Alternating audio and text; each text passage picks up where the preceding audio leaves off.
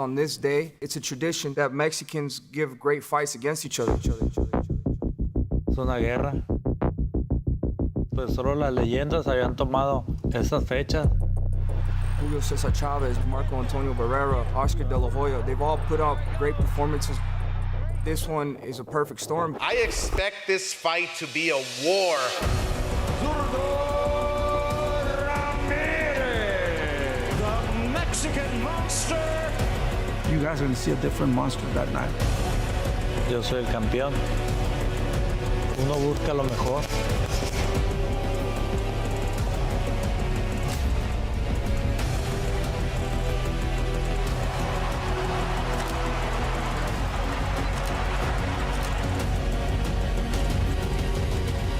This is going to be the fight of the year. Ladies and gentlemen, we welcome you to Premier Boxing Champions. Ugas his heart, Spence going on the attack. Manny.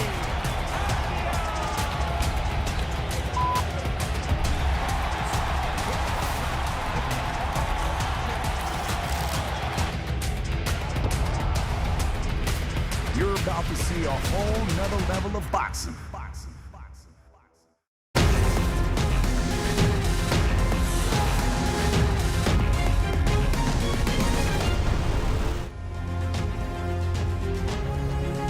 Decades, Las Vegas has been the center of the boxing world on Cinco de Mayo weekend. And tonight, it's the biggest fight between two fighters of Mexican descent.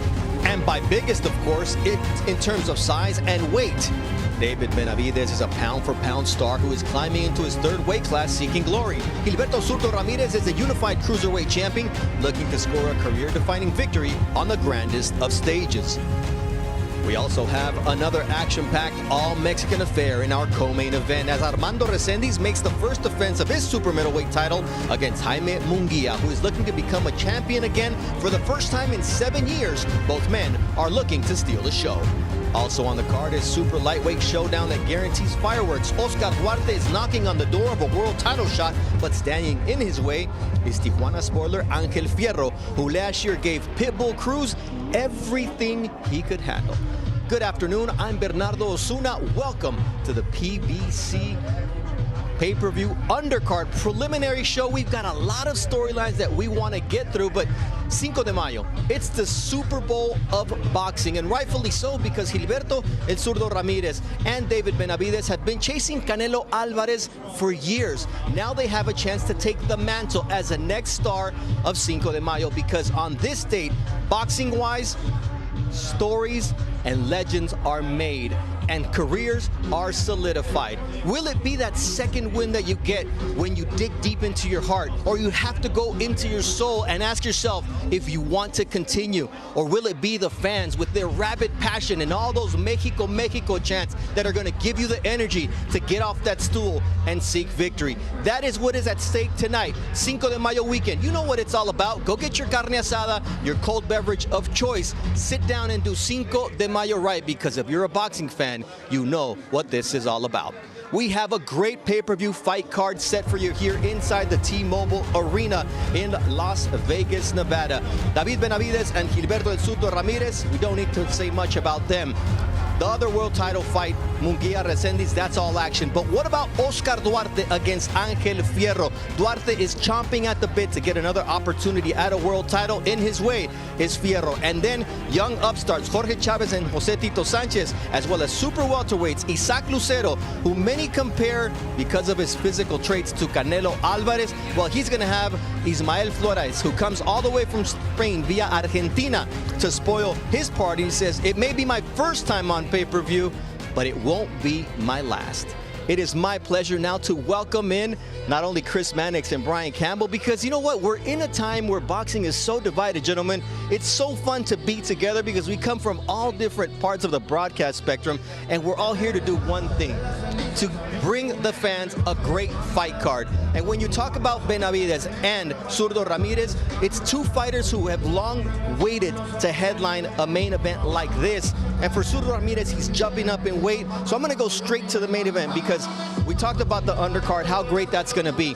But BC, what are you looking forward to in tonight's fight between Benavidez and Zurdo? Look, it's the attitude and the spirit that Benavidez brings into this one. He's daring to be great. Let's say it. It's exactly what fight fans want. It's like catnip, right, to their smell. But at the end of the day, look, what he loves to do is challenge himself. He said he could have taken an easy fight here, easy title defense, but safe doesn't do him any good. It's challenging himself that brings out the best version of him. But what Benavidez is doing is authoring a legacy here that a lot of people respect, and the reason why is couldn't get a career-defining fight with Canelo at 168, so he moved up to light heavyweight and won a world title, and couldn't get immediate super fights with the likes of Bivol and Beterbiev. So what did he do? Moved up 25 pounds to a third weight division at Cruiserweight, challenging the baddest guy there. He wouldn't do it, gentlemen, though, if it wasn't for the love. And don't forget what Benavidez closed the press conference with. At the end of the day, I'm just a bad MFer. I love the risk, and make no mistake, that's why the fans love him too. Yeah, and I think he's fighting another bad guy in Zurdo Ramirez, who is one of the most decorated fighters in this weight class. Of course, the unified champion at Cruiserweight, went 5-1 in his run and in the light heavyweight division, only lost to the great Dimitri Bivol, a top 5 pound-for-pound guy. But all week long, I have been astonished at how mistreated it seems like Gilberto Ramirez is. He has been one of the best fighters in and around these weight classes for years, yet the odds makers have made Zurdo 4-1, 5-1 underdog. He's been the B-side in this promotion. He was the B-side at the weigh-in. People are not looking at him, I think, as a serious threat, but I'm telling you, this guy is a serious threat. 4 fights he's had in the Cruiserweight division. 2 of those fights have been against champions, one of them against a former champion. This guy is the real deal in this weight class. I think this is going to be a very hard fight tonight. And he is very comfortable where he is exactly, holding the 2 belts and putting them on the line in tonight's pay-per-view against David Benavidez. You see that QR code? Go ahead and scan it, because if you're here already, I know you want to be on the pay-per-view portion of this card. For now, it's time to get the action started with the battle of Olympians who represented Colombia and Ecuador in Rio 2016. Mauro Ronaldo, I've been waiting for a long time to say this. It's a pleasure to be working with you, my friend. Gracias, Bernardo. The feeling is mutual, and I'm working with former 3-division champion Abner Mares and Justin Goosen Brown. And Abner, careers are made on Cinco de Mayo weekend. Yes. What does an opportunity like this mean, especially for a Mexican fighter? Oh, it's a great opportunity. It means everything. It's culture, it's family, it's Mexico, La Raza. So tonight, an opportunity for them is to showcase their talent and show the world that they can become the next Mexican superstars. Justin, in addition to our mouth-watering main course, we have what could be all-action appetizers. Yeah, I think so. It's going to be loaded with action, but also loaded with questions, especially in that co-main event tonight. And Jaime Munguia and Armando Resendiz both have a lot to prove. May just end up stealing the show. In the words of my fellow Canadian Alanis Morissette, isn't it ironic? The author of the 2025 Upset of the Year, Resendiz defending his 168 title against the loser of the 2024 Upset of the Year, Munguia, former champion at 154. And it is time to get the preliminary portion of our event underway. It's a battle of undefeated Olympians. Southpaw Juan Carrillo of Colombia taking on Marlon Delgado of Ecuador.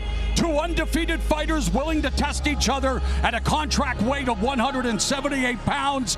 The bout is scheduled for 8 rounds. With the official introductions now, here is ring announcer Miguel Flores. Ladies and gentlemen, good evening and welcome to T-Mobile Arena here in Las Vegas, Nevada, as Premier Boxing Champions presents First on Prime.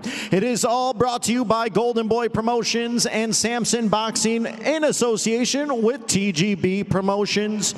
Sponsored by Thomas J. Henry Law, VMC Cocktails, Linear Protein Bar, and Mortal Kombat 2, only in theaters May 8th. Our 3 judges ringside for this one are Kermit Bayless, Tim Cheatham, and Steve Weisfeld. The referee in charge of the action is Thomas Taylor. And now Premier Boxing Champions present 8 rounds in the light heavyweight division. Introducing first in the red corner, wearing the black and white trunks, he weighed in at 177.6 pounds. His record remains perfect, 8 victories, 6 by knockout, no defeats. Fighting out of Chota, Ecuador, here is the hard-hitting knockout artist, Marlon Black Boy Delgado. And now across the ring, introducing his opponent in the blue corner, wearing the black trunks. He weighed in at 177.4 pounds. He is also undefeated, 14 victories, 10 by knockout, no defeats. Proudly representing Barranquilla, Colombia. Damas y caballeros, está presentando Juan Carrillo.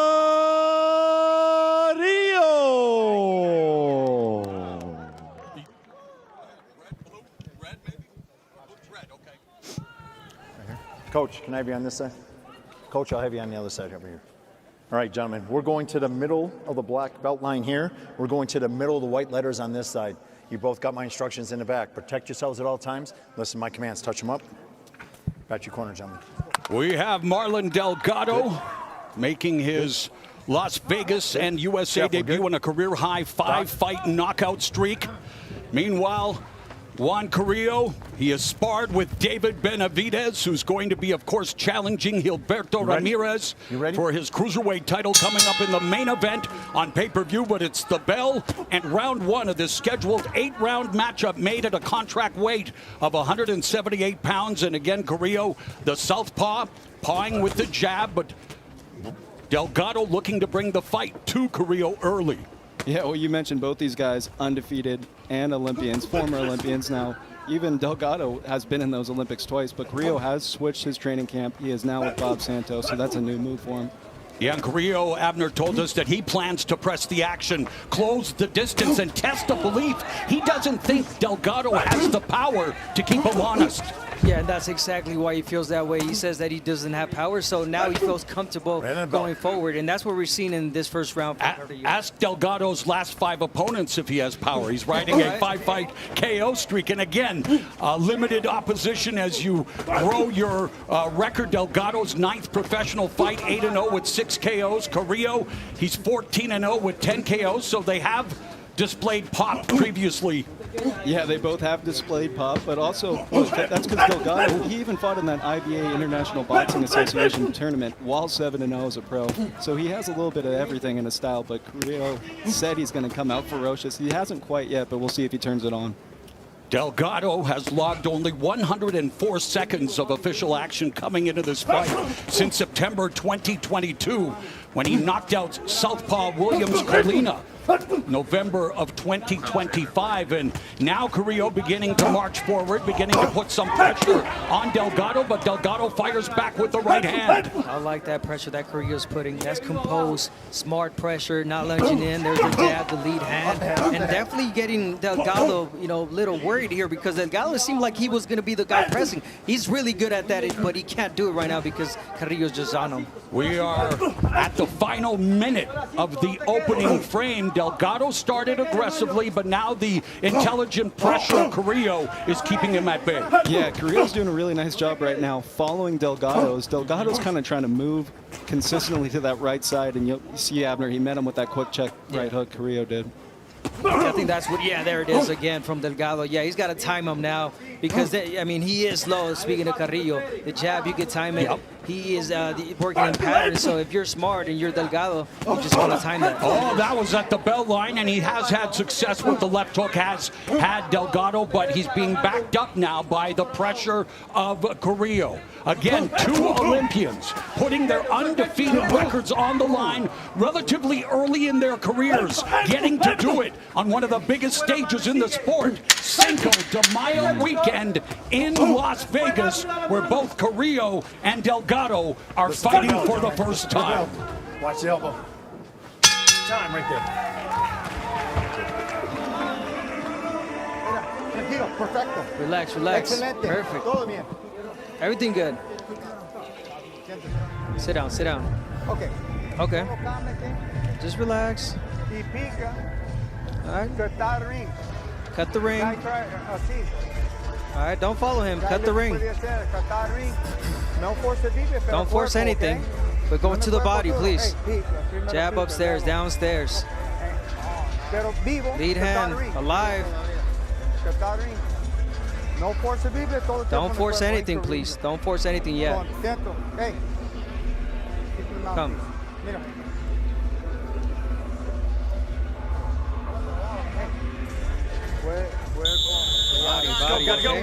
Decorated trainer Bob Santos issuing instructions to Juan Carrillo and ending it with go to the body. And we begin round number 2. And Carrillo in his 15th pro fight, he had over 400 amateur bouts, one of the most decorated amateurs to ever come out of Colombia. And he's in his first scheduled 10-rounders, so there's levels to the game, both of them taking a step up here tonight. Yep, and Bob Santos told Carrillo go down to the body, but in round 1, it was kind of Delgado with that right hand going to the body. Yeah. And he told him not to force anything because there was times he was trying to throw certain punches, but they were too slow, and Delgado was able to counter punch. Carrillo, a southpaw technician disguised as a puncher, more than likely will win with control, not chaos. Mid-output, sharp accuracy, and he does have a jab that dictates the terms, but he's also not shy about the plan, guys. He said he was going to come out aggressive, throw in volume, and take the fight to the inside. Yeah, he just tried to get in there right now, but Delgado met him with a great left hook, and that's actually how Carrillo got dropped way back by Van Sicklen, and that fight went 10 rounds. That was in June of 2023. Carrillo had actually dropped Van Sicklen in round 3. He went down in round 4. Carrillo edged the victory by majority decision over 10. There's Delgado clubbing left hook, and if he can get to work with that left hook, he can find some success because Carrillo's right hand is dropped. Yeah, his head is up high as well. He's not tucking that chin. Speaking of Carrillo. Double left hook from Delgado. And yeah, Carrillo's the one pressing the action right now, but there's a lot of clean punches that Delgado has been landing. He just landed a clean counter right hand, and then Carrillo almost rabbit punching there. Yes, Carrillo stands very upright, and he does keep that head on a straight line. So if you are able to break through that jab, and that's what the feet of Delgado kind of been able to do so far, get in those angles. Off the head. Stop, stop, stop. I also asked Carrillo yesterday, how does this fight end, and what round does it end? He pointed to his left hand and said, "Do." So we'll see if he can kind of come on. Santos wanted Carrillo to go to the body, yet it's Delgado with the advantage 7-2 in this round as Delgado goes headhunting, high guard by Carrillo, but he's managing to split the guard with the right hand is Delgado. Yeah, beautiful double, triple on that right hand. There's and man, Carrillo's head, his chin is high. It's right for the picking. Yeah, if you're Delgado, you want to feint downstairs and then come upstairs. The head's going to be there from Carrillo. Yeah, and right now at the moment, Carrillo's kind of just following him. That jab, he has a good jab, but he's not using it quite enough. And that could kind of help him to place Delgado where he wants him. It's more of a stick. Yeah, it's more of a stick, but he's leaving it out there. Easy to counter. Down to the final seconds on cue. The final 10 seconds of round 2. A competitive round with a slight edge to Delgado's work on the inside. Sit down, sit down. I don't want any excuses, okay? No excuses. You can't leave the body. You can't just be on top of him and not throw anything. You threw a body shot upstairs, but you stopped. Don't just stay there. Look for the way to get in, okay? Start with the jab, though. You hit him with the really nice jab as well downstairs. Keep doing it, but finish with that hook. Start from the bottom, upstairs, downstairs. Every time he throws downstairs, it hurts him. Catch some air, come on. There's the opportunity, let's go. He's got his guard down. Finish hard upstairs. Trainer Jose Aguirre giving instructions to Marlon Delgado, fighting out of the orthodox stance immediately on the attack of the southpaw Carrillo. And Delgado putting the pressure and coming forward with right hands. Needs to sit down on his punches a little more. It throws him off balance. Who's that?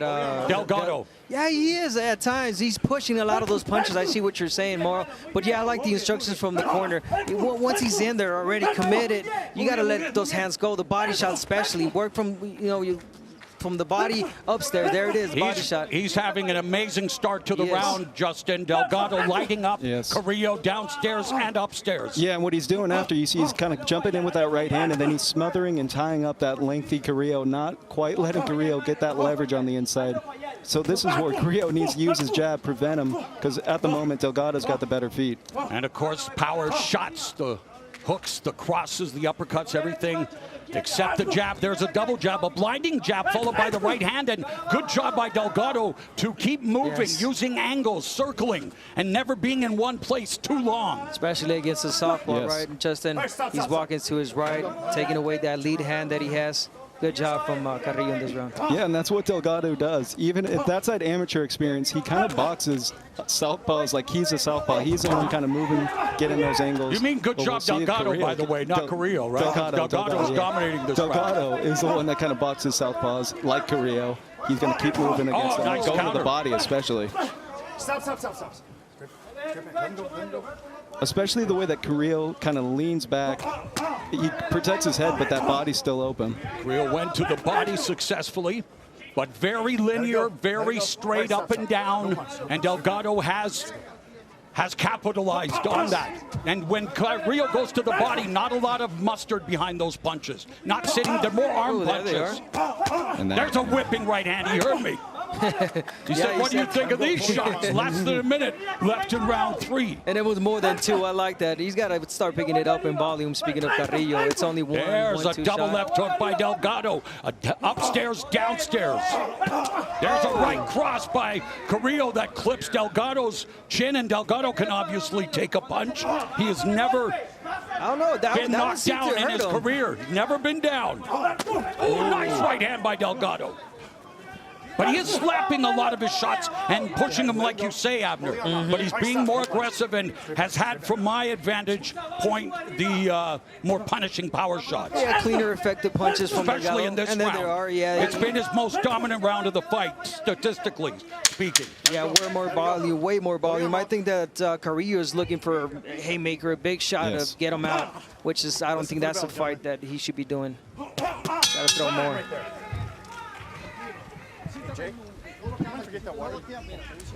All the time. Big time. More punches and more to the body, okay? More punches and more to the body. Incredible. Hey, listen, incredible. I like that. Start touching them up.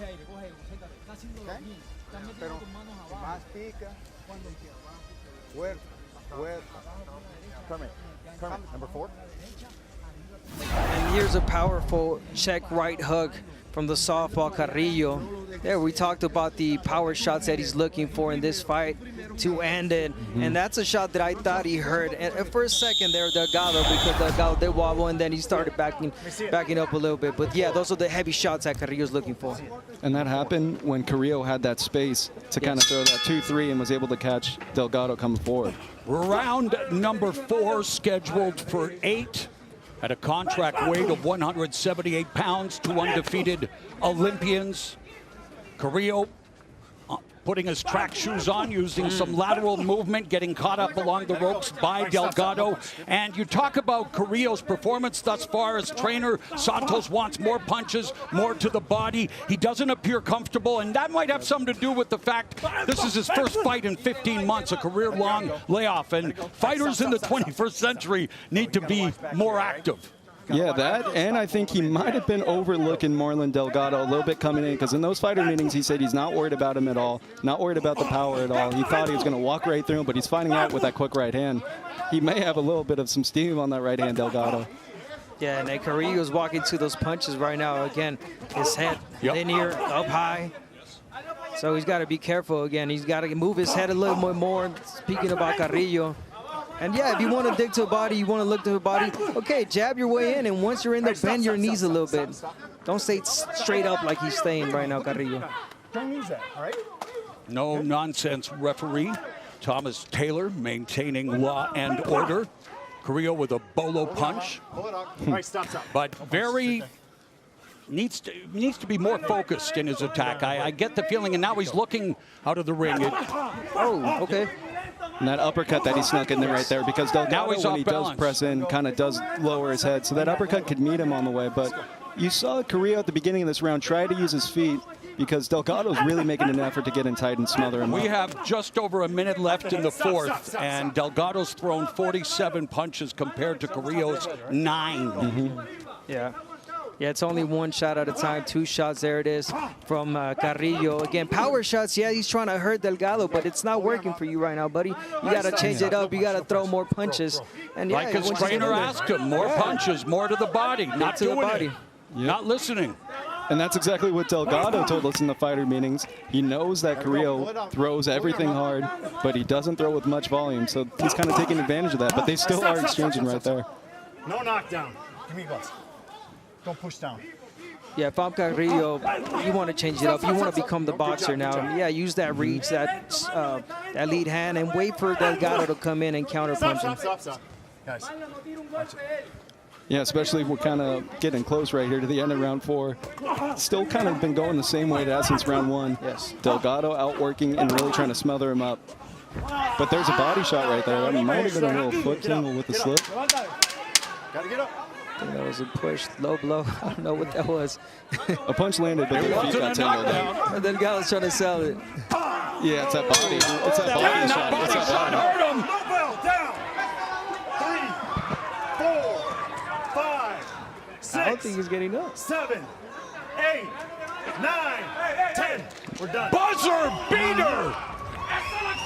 Juan Carrillo with a monster comeback in the round, down statistically, and he lands the body shot to end all body shots and records his 11th knockout in spectacular fashion. We were talking about those big shots, heavy shots that Carrillo was looking for. And what the corner was telling him, the body. And there he is, he found it. Right when you said, Justin, I didn't see anything at the beginning, but it was a body shot that dropped him the first time that hurt him. Yep. He got up, and then Carrillo followed up and just finished him. Yep, Delgado, he was doing good work trying to smother, get in as close as he can, and finally Carrillo kind of met him on the way in with that quick, short left hand, and it was a little bit of a slip, kind of getting tangled up, but that first shot hurt him. And that Doctor attending to Marlon Delgado, who has tasted defeat for the first time and has been stopped for the first time here in his American debut, and let's revisit the finish. Ooh. And that was the finishing one right there. It was a right hand down to the body. Polo shot. Yeah. And he did that standing as a right-hander. He was coming in straight right to the body, solar plex. Oh my God, he walked right into that. Yeah, and he was, I believe he was hurt before that on that first one where they kind of got their feet tangled up, but that one really sealed the deal. That right hand put everything into it.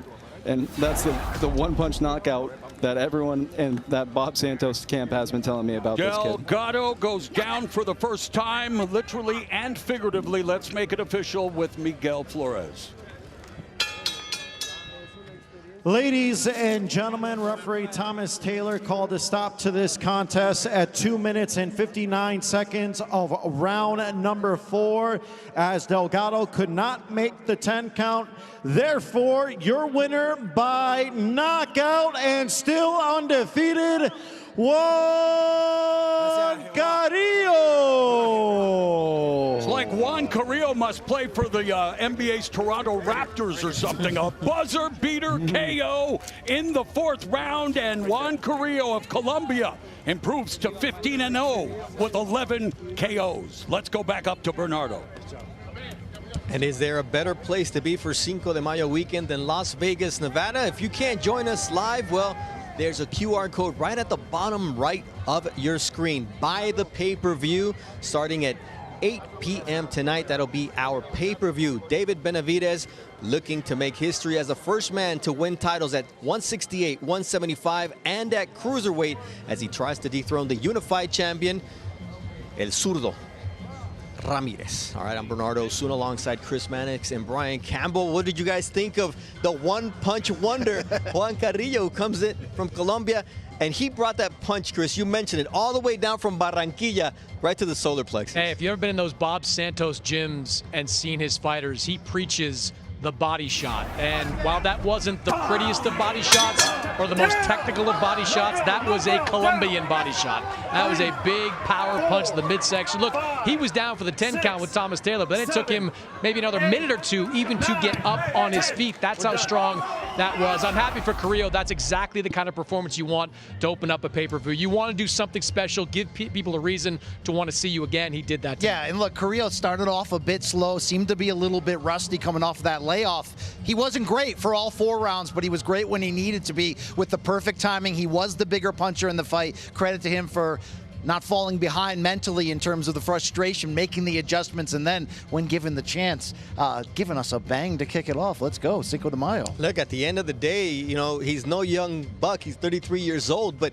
you got to make it count. And he was training out in Queens, New York. He moves out to Las Vegas, like many people have done, and he goes and trains with Bob Santos. You mentioned the fact that Bob Santos is a no-nonsense guy, and we saw a lot of that adjustment because this guy comes from a boxing family. His father and his brother were both fighters, so you know there was a lot of that in the gym. Yeah, 100%. I mean, again, you go back to the way Bob likes to train guys and guys that he brings in a little bit later in their respective careers. He tells every one of them, go to the body, hit downstairs. That's where you have success. I saw a Bob Santos trained fighter just last weekend. Lenny Arpero lost to Jarrell Miller in a heavyweight fight, in part because he didn't go to the body enough. But that was a fantastic body shot, and that's what you want to see out of a fighter. And again, like for a guy that is a little bit long in the tooth at this stage of his career, you want to give a promoter, you want to give somebody, a TV network, a reason to want to see you again. I thought Carrillo did that today. Yeah, and look, Carrillo showing you with the veteran skills that he's never out of a fight. You know, we talked about when he was dropped by Richard Van Sicklen just a few years back, got up off the canvas, delivered a knockdown of his own, and won a close decision. He's figured out how to win close fights, and that can certainly be key on your rise when you're looking to get into true title contention.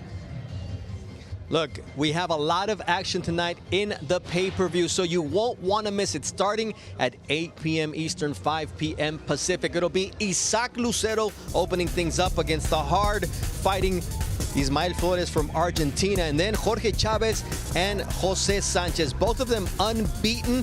15-0-1 for Chavez, 15-0 for Sanchez. SoCal's in the house. Oscar Duarte's chomping at the bit to get back into the ring. He didn't care that Angel Fierro came in 3 pounds overweight. He says, no way, after 2 complete camps am I not gonna fight.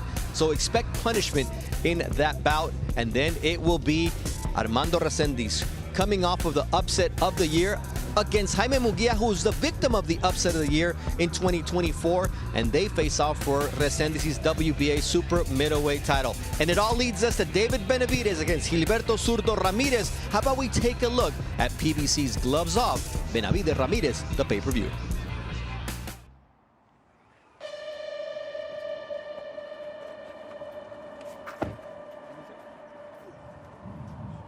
Good morning, baby. It's on today. We're gonna get after it. I hope you're ready, because we're ready, baby. I'm here on Mount Charleston. I'll get a nice little run in. Some good work today. Bro, look at, come here, touch me. How does it feel to touch a real man?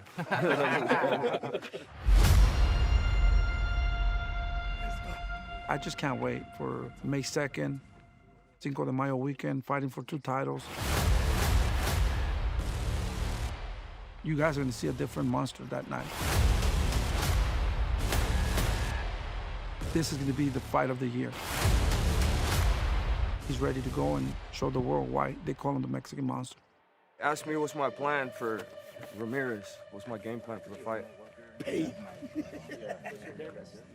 We'll go on there, hit him with some good shit, then leave with a pocket full of cash.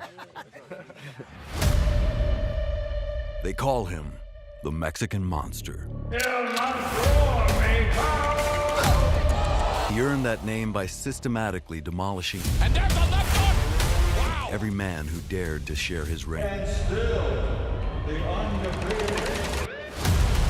31 times they stepped up to stop him. He is down! 31 times he sent them away broken.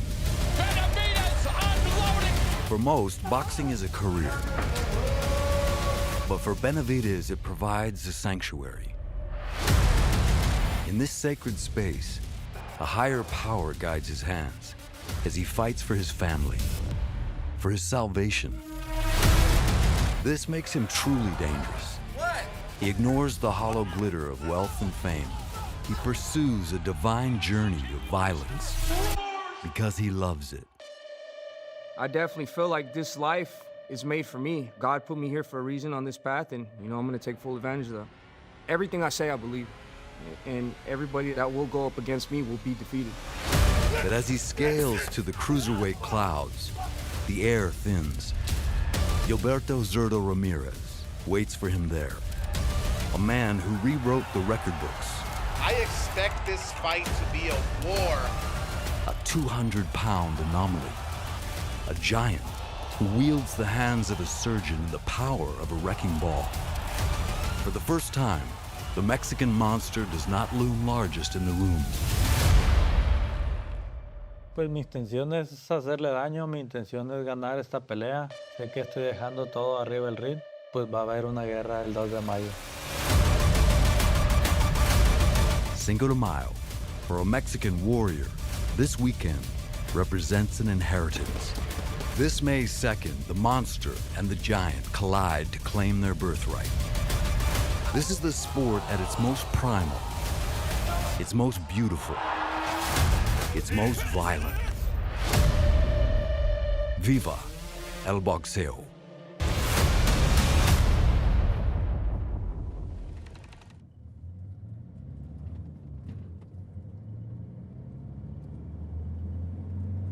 I started from the bottom, man. I never had anything given to me. The only thing that I was given to by people was just doubt and hate, and everybody said I couldn't be anything. I've been world champion since I was 20 years old. When I came into boxing, I didn't care about money. I still don't care about money, it just comes, but my #1 focus is becoming the best boxer in all of the world. And I think that's why so much people gravitate towards me, because at the end of the day, I'm not, you could hate me, you could like me, you do whatever you want, but at the end of the day, what I'm speaking is real stuff, and what I'm showing is real stuff. I'm showing focus, I'm showing dedication, I'm showing hunger, I'm showing fire. I don't care what nobody says, I'm gonna be what I wanna be. I became the best version of myself, and now I'm the Mexican monster.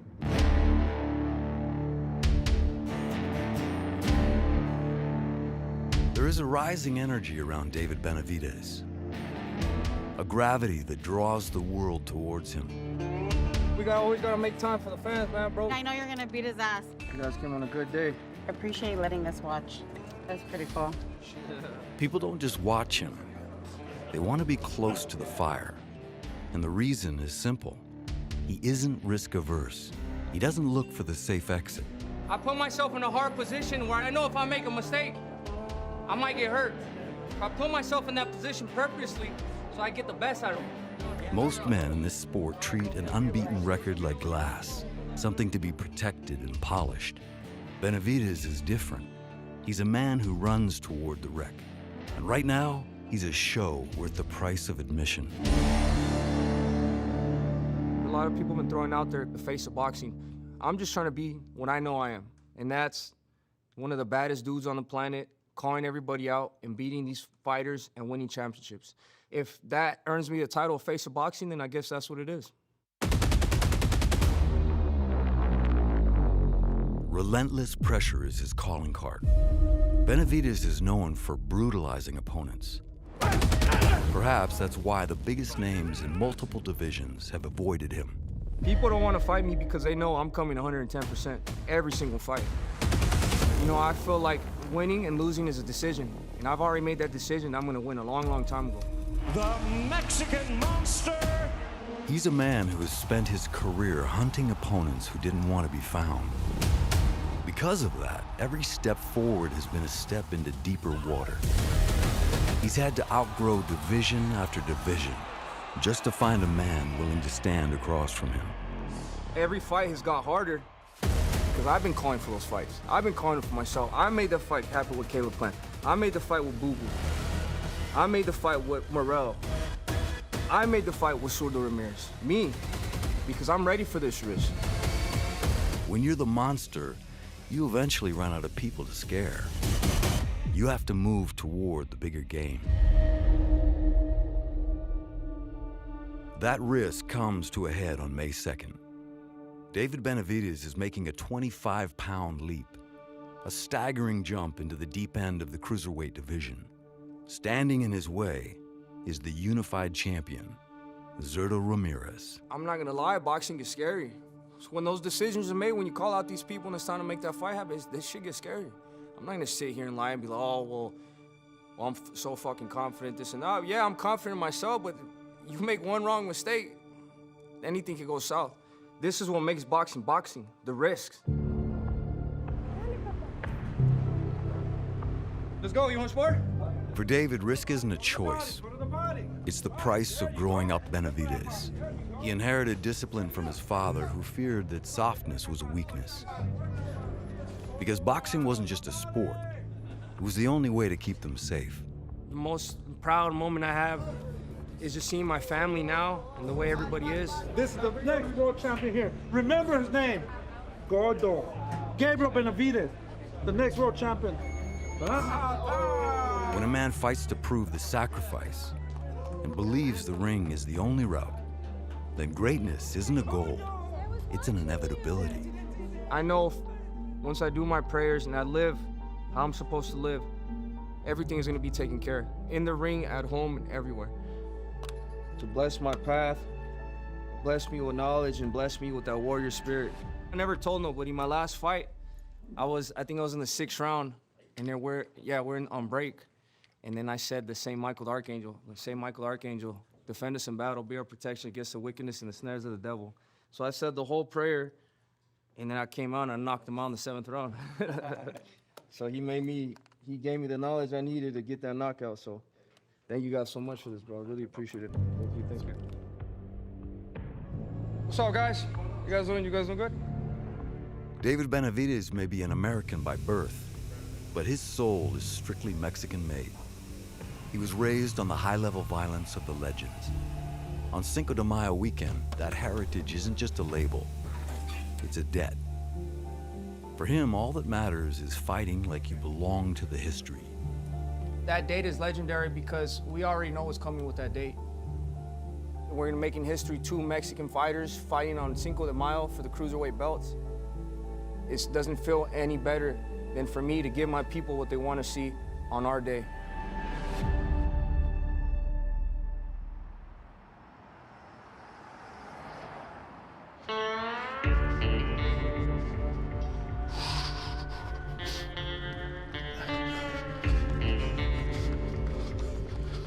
De mayo, la batalla de Puebla.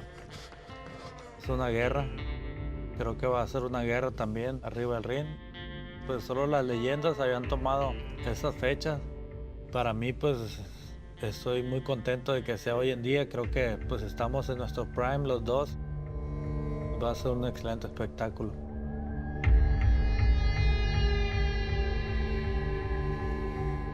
First impressions are everything. With Gilberto Zurdo Ramirez, it's the long shadow cast by his immense frame. The scale says 200 pounds, but the steam rising off his body tells the deeper story. This is a man on a mission, and he'll push as hard as the task demands.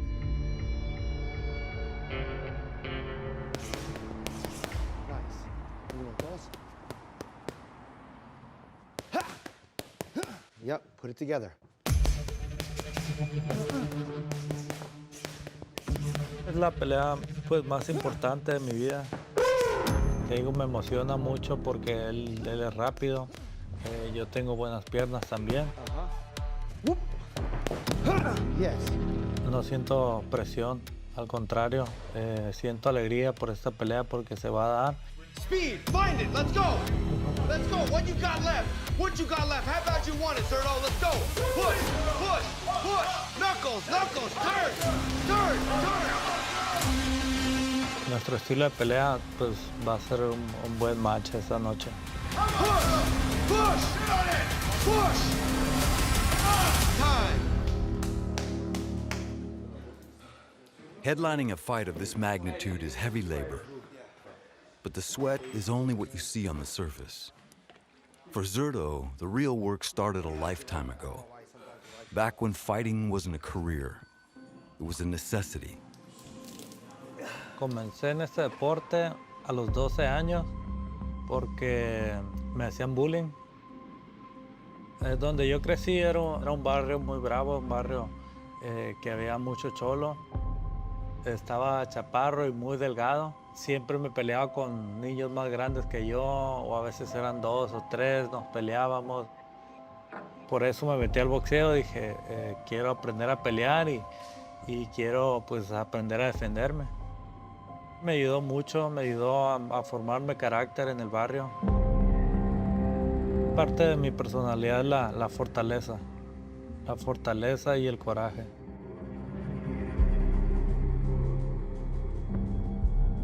It appears fighting for survival is the entry fee for both men on this card. Yet what Zurdo did with his survival is the anomaly. 48 fights and 30 knockouts mark a steady rampage. The story of a man who grew out of the skinny frame of his youth to do what no Mexican had ever done. The first championship came in 2016. A 12-round masterclass that left no doubt and no room for argument. When the hand was raised, the record was set. The first time a Mexican was crowned king at 168 pounds. Esa pelea pues fue un sueño hecho realidad, el estar en el MGM, llenísimo de gente. Mi primer título mundial fue algo pues muy emocionante. Primer mexicano campeón del mundo. Hicimos historia. He defended that title 5 times before the scale pushed him toward the light heavyweights. In November of 2022, he ran headlong into Dmitry Bivol. Officially, it was Zurdo's first and only loss. But in this game, losing to a pound-for-pound great isn't a failure. It's a trial by fire. Zurdo didn't break. He just got bigger. He climbed again, straight into the brutal 200-pound limit of the cruiserweights. By 2024, he had taken the WBA belt. Once again, becoming the first Mexican to be crowned at cruiserweight. A year later, he had unified the division, the greatest accomplishment of his career.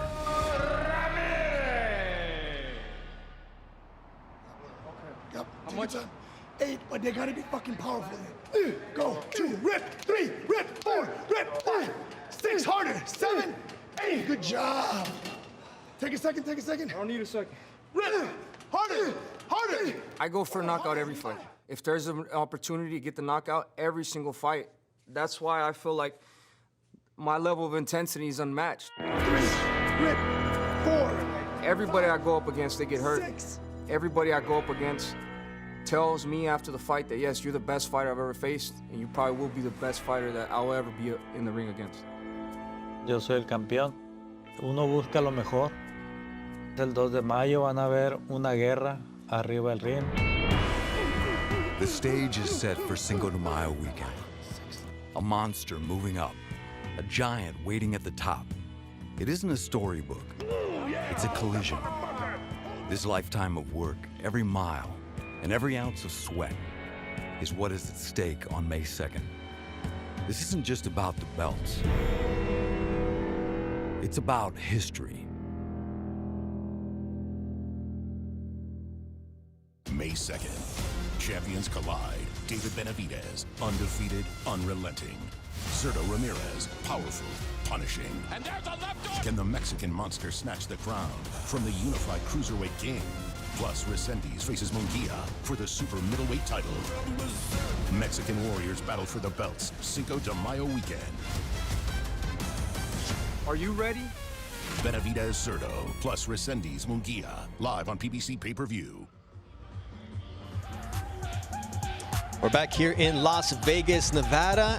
Everything is leading up to this fight. And when we look at the career breakdown, 18 more fights for Gilberto El Zurdo Ramirez, but he only has 5 more knockouts than David Benavidez. The rounds is basically twice as many for Gilberto Ramirez than David Benavidez because he has a brutal finish, especially at 168 pounds. You see the 80.6 knockout percentage compared to 61 for El Zurdo.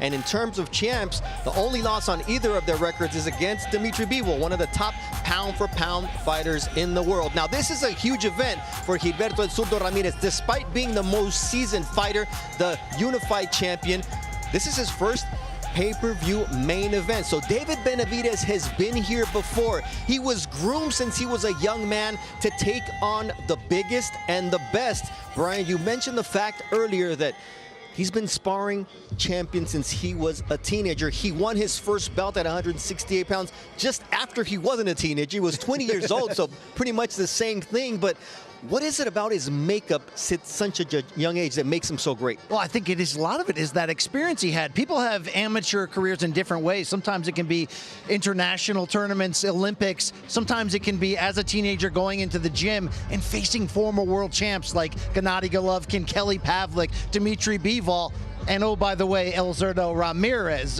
Benavidez was still a teenager when he helped Ramirez prepare for his 2016 title win. And what that did was kind of build a relationship where for the next 5 years, these guys sparred upwards of 200 rounds against one another. Not only does that make a fighter like Benavidez so comfortable to be willing to go in the deep end of the pool against any opponent because he's tested himself in the trenches there, but what I love about their sparring history is the reaction from the two of them. You got Zurdo, who says, oh, it was a bit larger gloves, headgear, it was just training.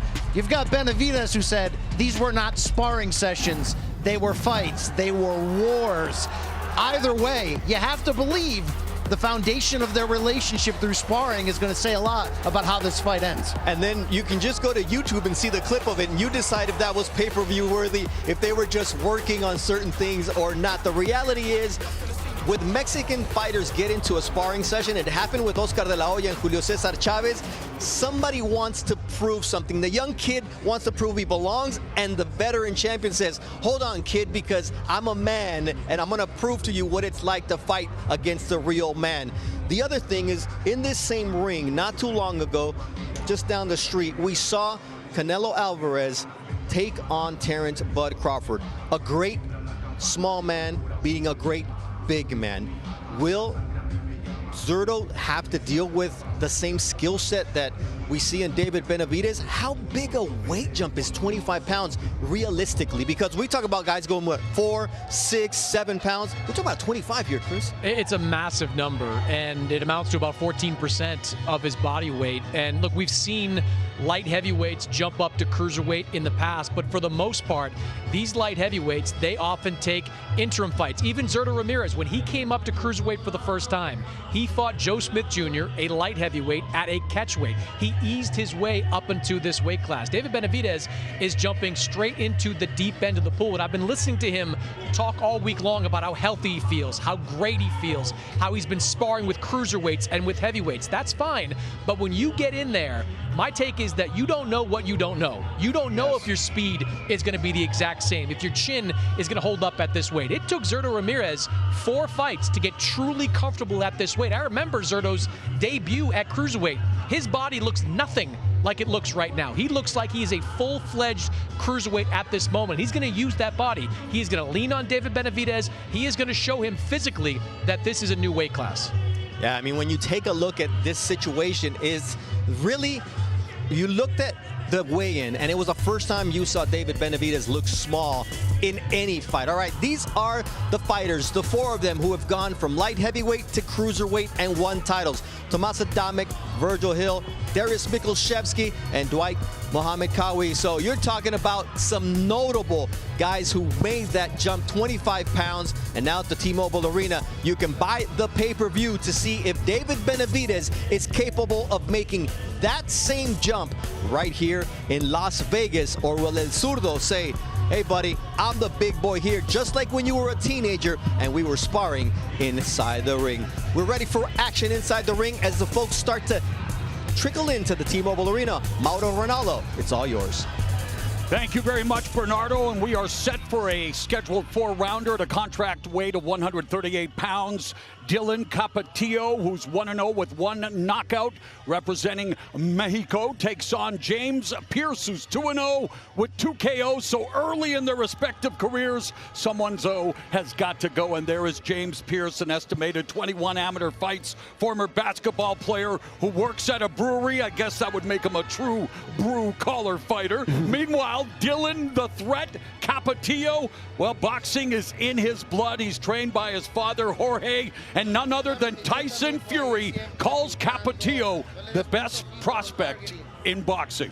Let's get the official introductions now from Miguel Flores. Ladies and gentlemen, we continue the action here from T-Mobile Arena for First on Prime. It is brought to you by Golden Boy Promotions and Samson Boxing in association with TGB Promotions. Sponsored by Thomas J. Henry Law, VMC Cocktails, Linear Protein Bar, and Mortal Kombat 2, only in theaters May 8th. Our three judges ringside for this one are Eric Cheek, Lisa Giampa, and Patricia Morse-Jarman. The referee in charge of the action is Alan Huggins. And now Premier Boxing Champions present 4 rounds in the super lightweight division. Introducing first in the red corner, he wears the maroon and white trunks. He weighed in at 134.8 pounds. His record stands undefeated, 2 victories, both wins by knockout, no losses. Representing Phoenix, Arizona by way of Omaha, Nebraska, here is James Pierce.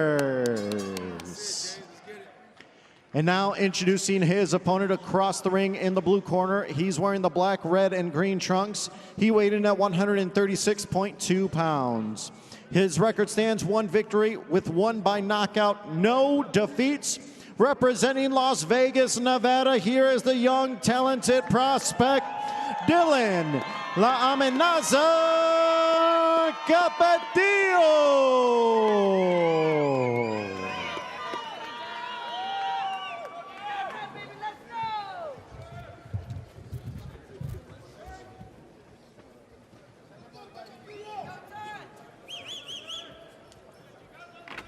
All right, come on, guys. Okay, gentlemen, you both received my instructions. Obey my commands at all times. Protect yourself at all times. Anything from here on up is good. From here on up is good. Touch gloves. Glove. The southpaw James Pierce, not exactly on the fast track at 34 in his 3rd professional fight, representing Terrence Crawford country, Omaha, Nebraska. Meanwhile, Capetillo made his pro debut at just 17, and the fight lasted just 38 seconds as he blasted out Jesus Antonio Rios Castro. The guy's name is longer than the fight lasted. Yeah, I mean, April 11th.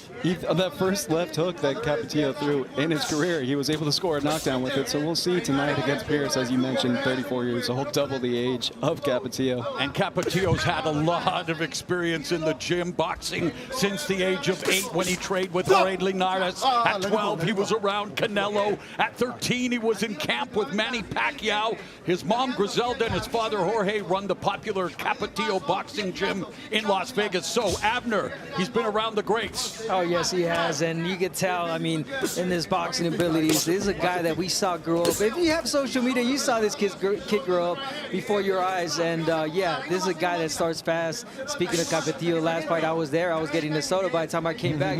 The fight was over, but hey, something we were talking about, you know, op headsets, perhaps the fighters might be a little dry. They don't seem like, you know, they don't have any sweat on them. They weren't, you know, ready to come out of this, you know, for this fight quite yet. Well, that's they weren't ready after a 4-round knockout in our first fight. What have they been waiting for? Well, yeah, that's just part of being a pro, knowing how to time it. Maybe they kind of did have to fix that timing a little bit nice with that shot knockdown. by Pierce. Yeah, Capetillo lands a hard right hand. Pierce to Capetillo, and Capetillo getting a first taste now of a southpaw as well early in his career.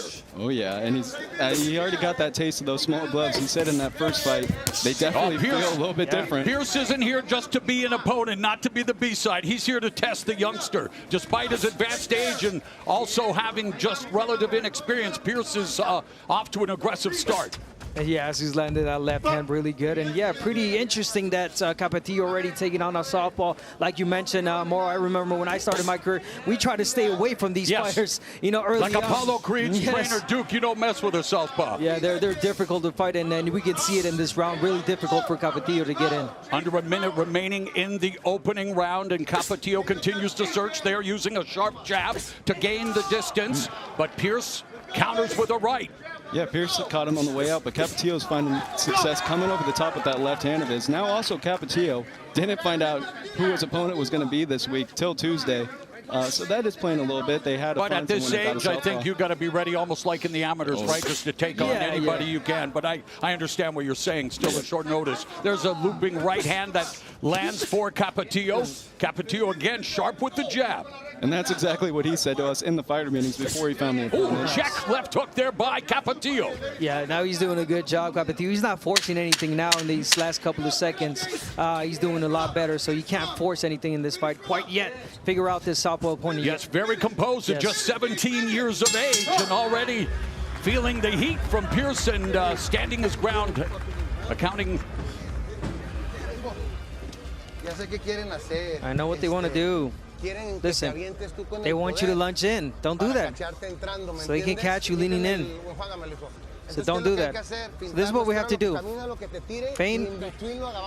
We'll catch him in between, okay? Now you want to be the counterpuncher. You hear me? And when you get him, you go after him.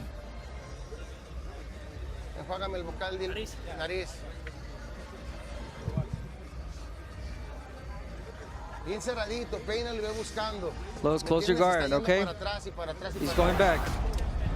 And here's the right, beautiful left hand, right hand from Pierce, uppercut as well. Timing him just like the corner said about Capetillo, but there's that left hook from Capetillo towards the end where he kind of seemed like he was figuring him out. So let's see if he listens to his corner in the second round. The beginning of round 2 scheduled for only 4 rounds at a contract weight of 138 pounds, so more of a sprint than a marathon. And when you look at Capetillo, and there's limited tape, of course, but he really is comfortable fighting at mid-range. He's disciplined, composed, built around that left hook to the head and body. He told us he wants rounds, but he's always hunting the finish. Yeah, and you can't really take too many rounds. Like you mentioned, it's more of a sprint. But nice right hand by Capetillo. His corner, as you mentioned, Amber, he wants Capetillo to let him lead the dance, stop rushing in, getting countered. Yes, and he started that, early on. He made a mistake. It's okay. He's young. He's learning. He's learning on the job right now. Series of devastating right hands by Capetillo, and Pierce is feeling the heat. What a change. What a change. Listen to your corner always. They know, especially your father. He's telling them wait, be composed, and wait for Pierce to get in. And there it is. Beautiful counter punching from Capetillo. And that guard is wide open. And there's been a path paved for Capetillo's right hand right down the middle, Justin. Yeah, he's kind of getting that angle a little bit, but he's also got to be a little bit careful, especially as he kind of develops as a pro on his exits. That's when Pierce is kind of still catching him once Capetillo finishes his combo. You got to get your head off the line. Yeah, he's lucky he's only throwing one punch, but yeah, if Pierce were to follow up with more punches, he would definitely catch Capetillo. Oh, and Pierce caught him there with the jab from the southpaw position. Capetillo continues to march forward, backing up Pierce. A little variation in the left hand of Capetillo as well, and he is a dominant lefty. Started boxing just orthodox as a kid. His dad he is a natural lefty, right, but fights orthodox. Nice weapon to have in your back pocket. Yeah, he said, well, just like his promoter, Oscar De La Hoya, maybe he said, hopefully history could repeat itself, but good right hand right there from Pierce. Capetillo, as we talked about, saying that this moment has been written since childhood, told that he would be a future champion. He's now turning that vision into reality, of course, just beginning his professional career, but he said he wants to be the 3rd Las Vegas-born champion, following in the footsteps of Ishe Smith and Rolando Romero. Nice right uppercut on the inside by Capetillo, but he continues to cut off Pierce, and Pierce now clinching. And I'm liking this from Capetillo. You're looking at a young kid that's making adjustments. This is his second round. He listened to his corner, the totally different type of fight that he's fighting in the second round. And before you know it, he's going to start pressuring and go for the kill. But beautiful round for Capetillo. Thrown over 50 punches, landed 18 in this round, doubling his output from round 1. So a much better start. Good combination by Capetillo. At the bell. Switching southpaw now, Capetillo. Lands the left hand and just misses with a sweeping right.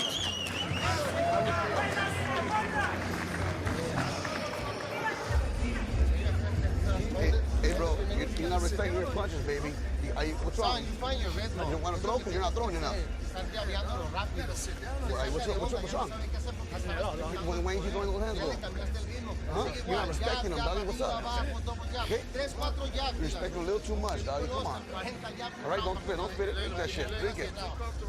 And here comes a lazy jab from Capetillo, something he's gonna have to learn. You can't just throw, to the body like that and leave the head exposed. You pay dearly right there with the right hand from Pierce. It wasn't a power punch, but little things that, the corner himself have to. Yeah, Sonny Gutierrez reading Pierce, the version of the riot act there, wondering what's going on. Yeah. No need to be listening to Aretha Franklin's R-E-S-P-E-C-T. It's time to get down to business. Yes, and also when that was exactly what Capetillo, his corner told him, lunging in. Yes. Round number 3 again, scheduled for only 4.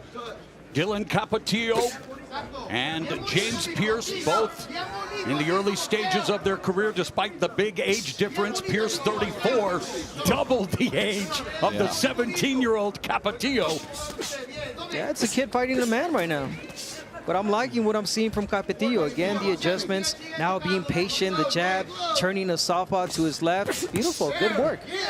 And I'll tell you what, Pierce has improved from those first couple fights of his. He's been kind of competing in that team boxing league, so he fought just 15 days ago in that, so he's sharp right now. And Capetillo, of course, the more rounds, the more questions will be asked and answered, and he does have a little cut underneath that left eye that he's going to have to monitor as well. So, of course, the more you fight, the more adversity you will learn to deal with, and of course, adversity is that's how you grow. But it's right now where you want to see the mistakes you're making. A young Capetillo. I know he's going to go back to the gym. The father's going to tell him he's going to watch his fight. And yeah, little things like that. Even then, push him, make some room, and throw your punches. Don't just, stay right in front of him. Because that's what Pierce is trying to do. He's trying to time Capetillo lunging in. He was inside there, and he kind of just accepted, staying in tight. He had both hands free, didn't try and throw anything. So working on the inside, especially against a southpaw, could really benefit him. Because the closer you get, the less kind of southpaw they are. Guided by Cinco de Mayo legend Oscar de la Hoya, Dylan Capetillo, proud of his Mexican-American identity and getting to display his skills early in his career on this vaunted Cinco de Mayo weekend. And what about that? 17 years old, your second pro fight is on Cinco de Mayo weekend on the undercard of David Benavidez versus Gilberto Ramirez. Yeah, he's a huge card for his culture, himself, his family, and he's excited to show how composed he is. And I'll tell you what, he's going against a sharp southpaw right now. That's a tough test in your second fight. Pierce is doing well this round. Yeah, you got to give him a lot of credit. Again, fighting this off on your second fight, and not anyone would do it, especially at 17. So, good for Capetillo. And Pierce, he's been landing some shots as well. Good counter punches. They're staying at range. But again, the jab, the distance, good from Capetillo. Oh, nice left hand there by Capetillo as Pierce was putting on the pressure. That left hand was, the right hand blocked by Pierce. Under 30 seconds left in the third round. Again, only scheduled for 4. Body shot by Capetillo. Right hand upstairs by Pierce. Yep, and that was Capetillo. He lunged in with that body shot, but he kind of admired his work a bit, and that's how that left hand. Oh, the combination from the southpaw Pierce, and Capetillo immediately evacuates the ropes and comes back with a combination of his own. Maturity, watching growth before our very eyes. Yeah, those are the kind of reactions you want to see from a fighter early on. Great comeback from Capetillo.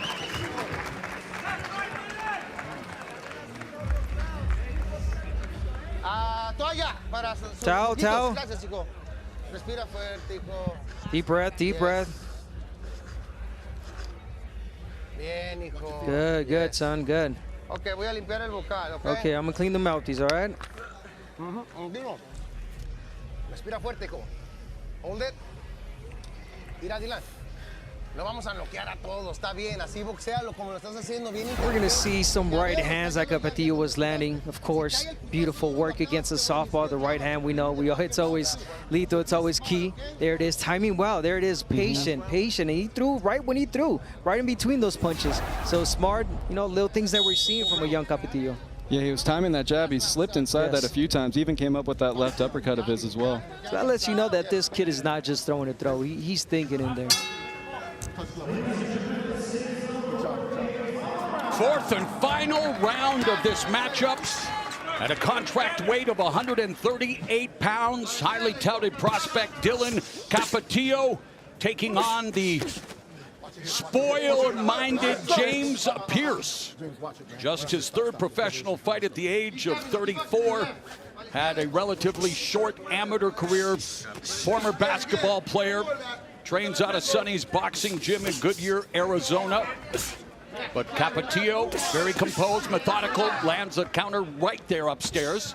But he's in a fight, though, and that's what some matchmakers could really get worried when you have that opponent that's 2-0, 1-0. They don't know how to lose yet. Pierce does not know how to lose. He's trying to do anything he can to win this fight, landing some good shots. You took the words out of my mouth. I mean, you got to give it to Pierce. Pierce is not looking bad in this fight as well. I think, yeah, Capetillo's winning, but, you know, not a bad performance from Pierce either. Especially for, you know, older fighter that he is, 34 years of age and only 2 fights. Late start. We'll see if Capetillo starts to really kind of turn it on right now. He's letting Pierce lead the dance. Percentage of total power punches landed. Anything over 40 is a great night at the office. He's at 59%. And beautiful right hand popping Pierce's head back. And a sweet left hook on the escape. So using angles. I mean, this is why we watch these youngsters. And this is what he's expected to do if he is as highly touted as they say he is. He's getting a little bit of everything in this fight. Yeah, he's showing that he could do a lot of different things well. Right now he's countering and kind of sniping Pierce, but we'll see right here as Pierce is pressing. And Pierce has earned his paycheck tonight as well. Yeah, 100% there. Beautiful head movement there from Capetillo as well. But I like that he's patient. He's not rushing anything. And he's not trying to look for the knockout. He knows this is the last round. And, you know, other younger kids would want to get a knockout. But no. Uppercut on the inside. Good defense along the ropes, but you're right, Abner. And I love the way he resets. There's great footwork, great balance. It's the fundamentals, the textbook stuff. And he's probably still reading a high school textbook, studying for exams. But he is looking to pass this exam here tonight. And so far, he's doing a great job, but he's in a tough fight against Pierce. Yeah, once again, there's Pierce landing that great left hand. And Capetillo, he's moving a ton, and he's sniping him, like I said, kind of one at a time at the moment. Nice right hand, again, but it's been a good round for Pierce. Yes, and I would like to see Capetillo kind of use a little bit more combos, especially on the inside.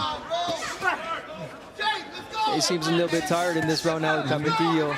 First time going the distance, trying to box, trying to use 1 or 2 shots at a time.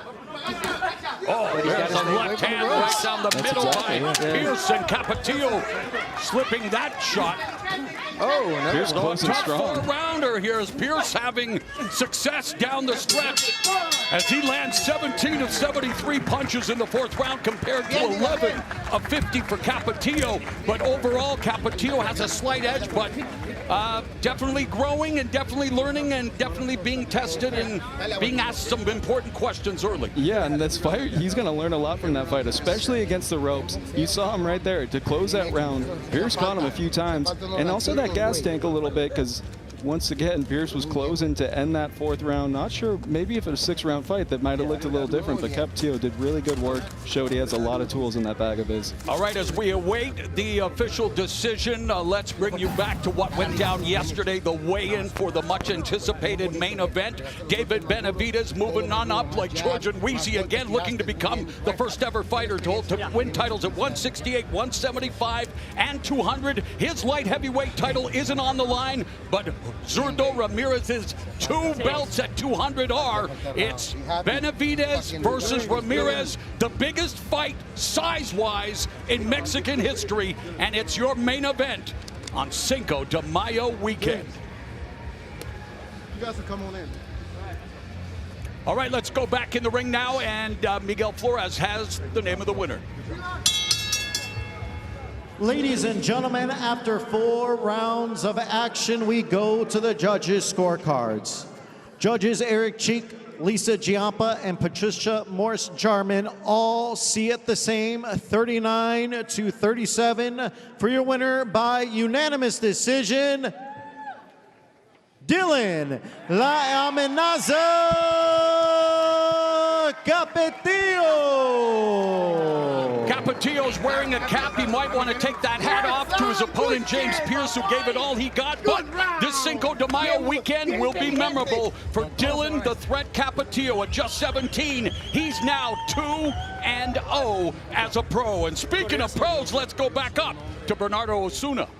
Thank you very much, Mauro. And you see just the pride of Jorge Capetillo, the father of Dylan Capetillo. They've been building him up since he was a kid, very much like Floyd Cashflow Diaz, like Floyd Mayweather, where you would see him just shadow boxing with his father and his uncle in the gym. That's been the life that Dylan Capetillo has led. And we invite you to buy the pay-per-view. This is the type of action you can expect when David Benavidez takes on Gilberto El Zurdo Ramirez tonight, starting at 8 p.m. Eastern. We have an entire team here ready to bring you the best of the card. Right here, our preliminary fights continue. And what did you guys make of Dylan Capetillo's first real fight? Because the debut was just a blowout, so we really didn't get to see much of him. What was your impression, Chris? I think there's a lot of potential in Dylan Capetillo, and I think when you're watching a fight like this, you have to remember at 17 years old, most guys are not fighting someone of that caliber. And I'm not going to sit here and say James Pierce is a future world champion, but he's better than a lot of guys that someone Capetillo's age would be fighting at 17 years old. Look, most of these guys, they go down to Mexico and start their career. Diego Pacheco, I remember, started his career fighting his first 2 fights down in Mexico when he was 17 years old. This kid's here in Las Vegas fighting a real guy in his second pro fight. There are things you can nitpick. I didn't love how he gives up his height as much as he does, kind of hunches over a little, but at 17, with that kind of family background, he's going to improve very quickly. And Golden Boy, say what you want about them, they are very good at finding guys. These diamonds in the rough, they just find guys. Ryan Garcia, Kid Schofield, you go down the list, they have very good at identifying blue chip talent, and I think this kid might have some of that. Right, and Dylan now having Oscar De La Hoya as a mentor is certainly not a bad thing in that development. So what I took away from this performance was you can really see that experience of growing up in a professional gym with world champions coming in and out, that you never saw Capetillo lose his poise. You think about it, a guy twice his age, a southpaw, on almost no notice whatsoever. This could have been a showcase first-round knockout against a different caliber of opponent, but this is a smart young fighter and an experienced one, despite being so young, and Capetillo, who knows how much more important in the long run going the full 4 rounds in this fight, being forced to make adjustments truly is for him. Yeah, the physical tools are impressive. He's got great length. He's obviously got some pop. Like I said, I think there are things he can iron out as he gets a little bit older, start to fight, start to use that height, use that length, keep guys off the jab, fire off that 1-2. These are things that when he's the ripe old age of like 19, he's going to be able to have figured out at that point. Off to a very good start in his pro career. Yeah, with that quick blowout, all of a sudden you start to think you're a knockout artist and you forget that you have to just work those fights like you did as an amateur. We'll see a lot more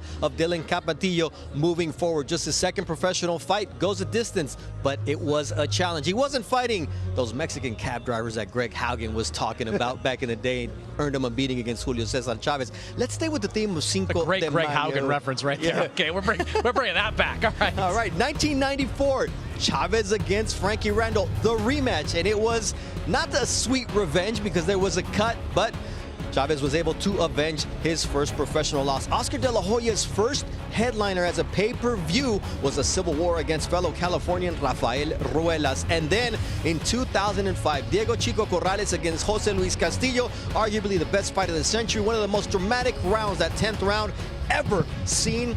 Joe Goosen, who will be on the broadcast, was on the winning side in that memorable fight.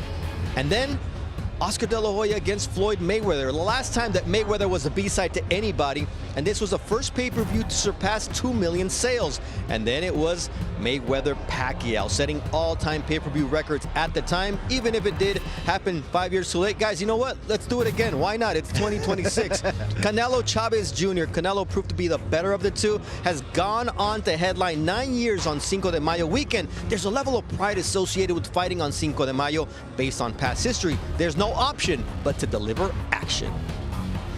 From Julio Cesar Chavez to myself, making it global. And now it continues with David Benavidez versus Zurdo Ramirez. This is where boxing's biggest stage and Cinco de Mayo weekend come together. This weekend became sacred in boxing. Its history, its identity. Mexican and Mexican-American fighters step into the ring, carry not just belts, but the weight of their culture and generations before them. Zurdo is no stranger to making history. He is a unified world champion, having stepped into enemy territory to secure his belts. Benavidez is fighting to become a 3-division world champion. This is a guaranteed war. Mark my words.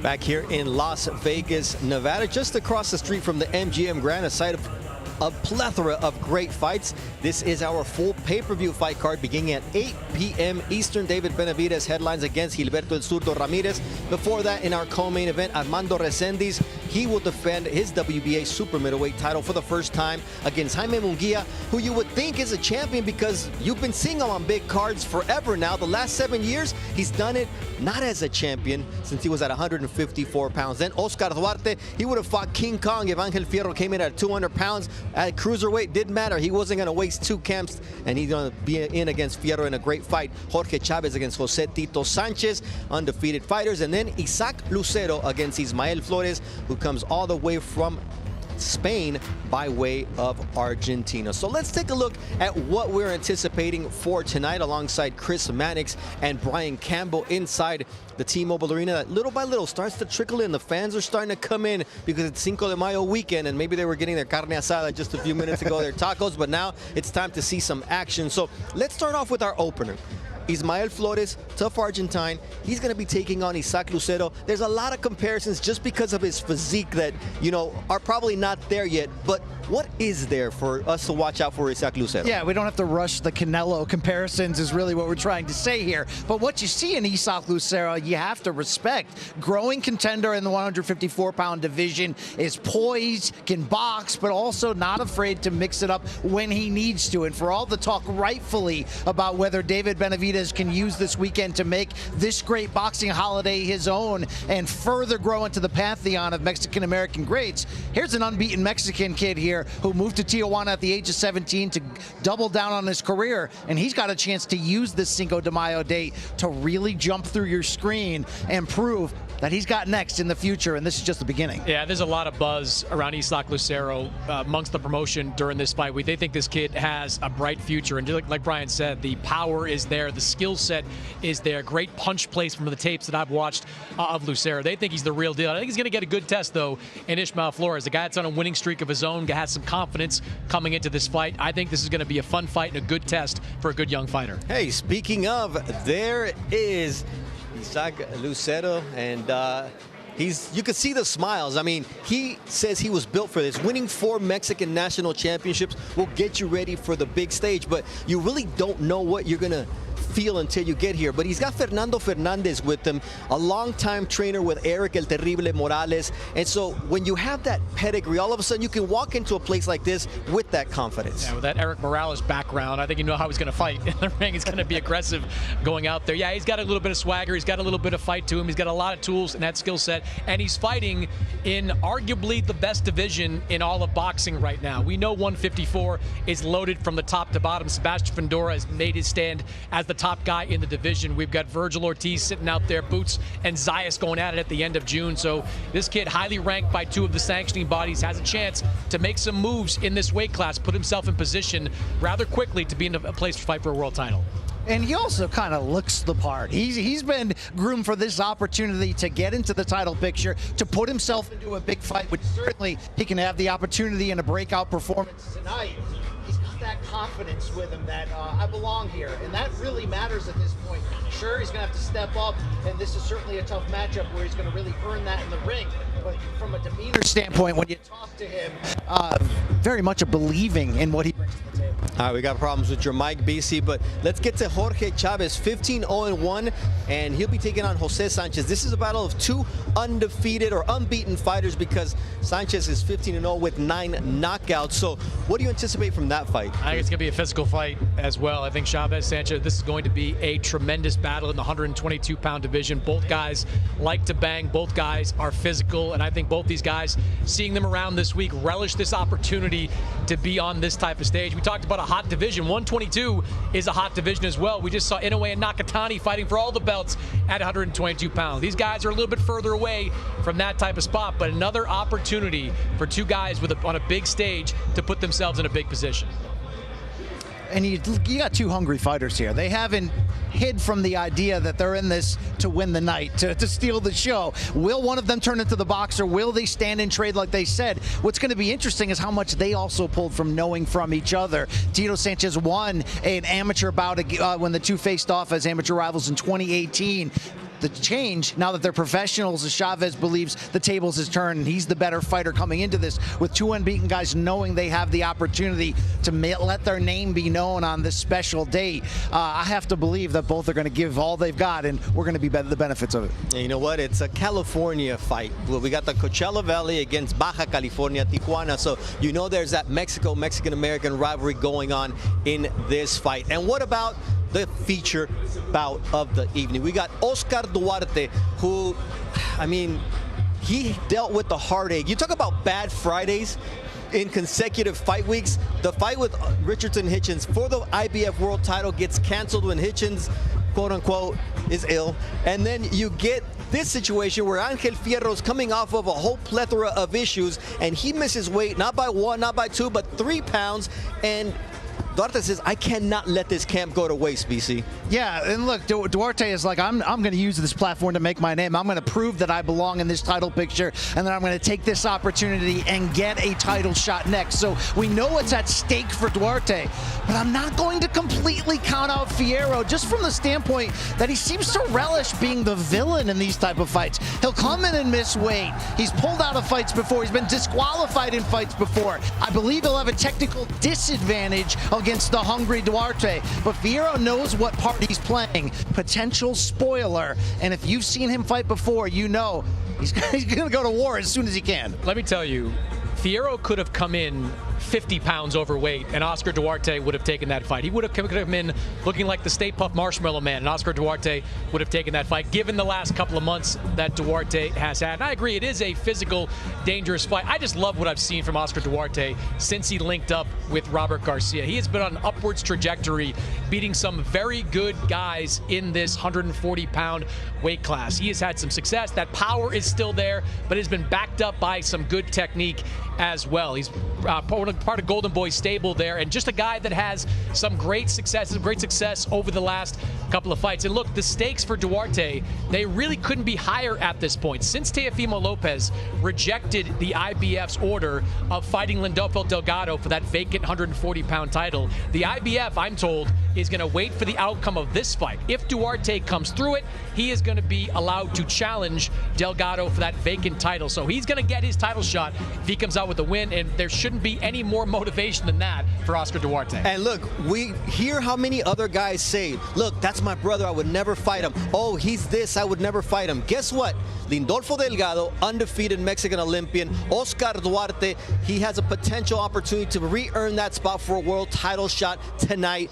And he says, look, it's business. We both train with Robert Garcia. We'll figure it out, because these opportunities, as we see, may not come around again. They've worked so hard to earn it, BC, and neither one wants to give it up. Look, combat sports fans love to hear that, right? The idea that it doesn't matter if we're teammates, if we have the same trainer, if we know each other. What matters is living out our dreams and going for it. And I think you're seeing a more business-like approach from Duarte. He has used his greatest opportunity to date, which was a showcase opportunity against Ryan Garcia and a high-profile defeat, to seemingly double down. He's more confident than ever. He's increasing he's coming in better shape. He's coming in more technical at times, but he's never going to sacrifice what he does bring into the table of a willingness to go for it. And that's a dangerous combination now, retooling himself and back in the title picture. By the way, that dynamic with the same trainer is kind of in play for this fight. Robert Garcia trained Angel Fierro when he turned into the Karate Kid in Mexico and kicked his last opponent. So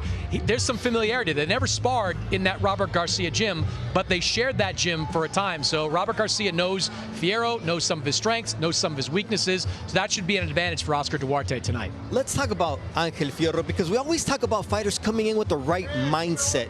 And it's probably the opposite for Angel Fierro, but there's also guys who thrive when things are chaotic. Is that the case with Fierro from your experience? That's exactly who Fierro is. And look, he's not always going to say the right thing. He's not always going to behave the right way. He's loose. He gets loose on turn 4. Let's be honest about it. But that looseness can hurt him on the scales, and in this case, coming in overweight. But there seems to be a crazy like a fox thing with him. You can make the argument, did he maybe not cut the final stretch of this weight miss to give himself a physical advantage despite having to pay the fee, or in that case, pay the toll of having done so? Fierro is a guy who he's a little bit raw. He's a little bit, got the huevos turned up a little bit too high sometimes.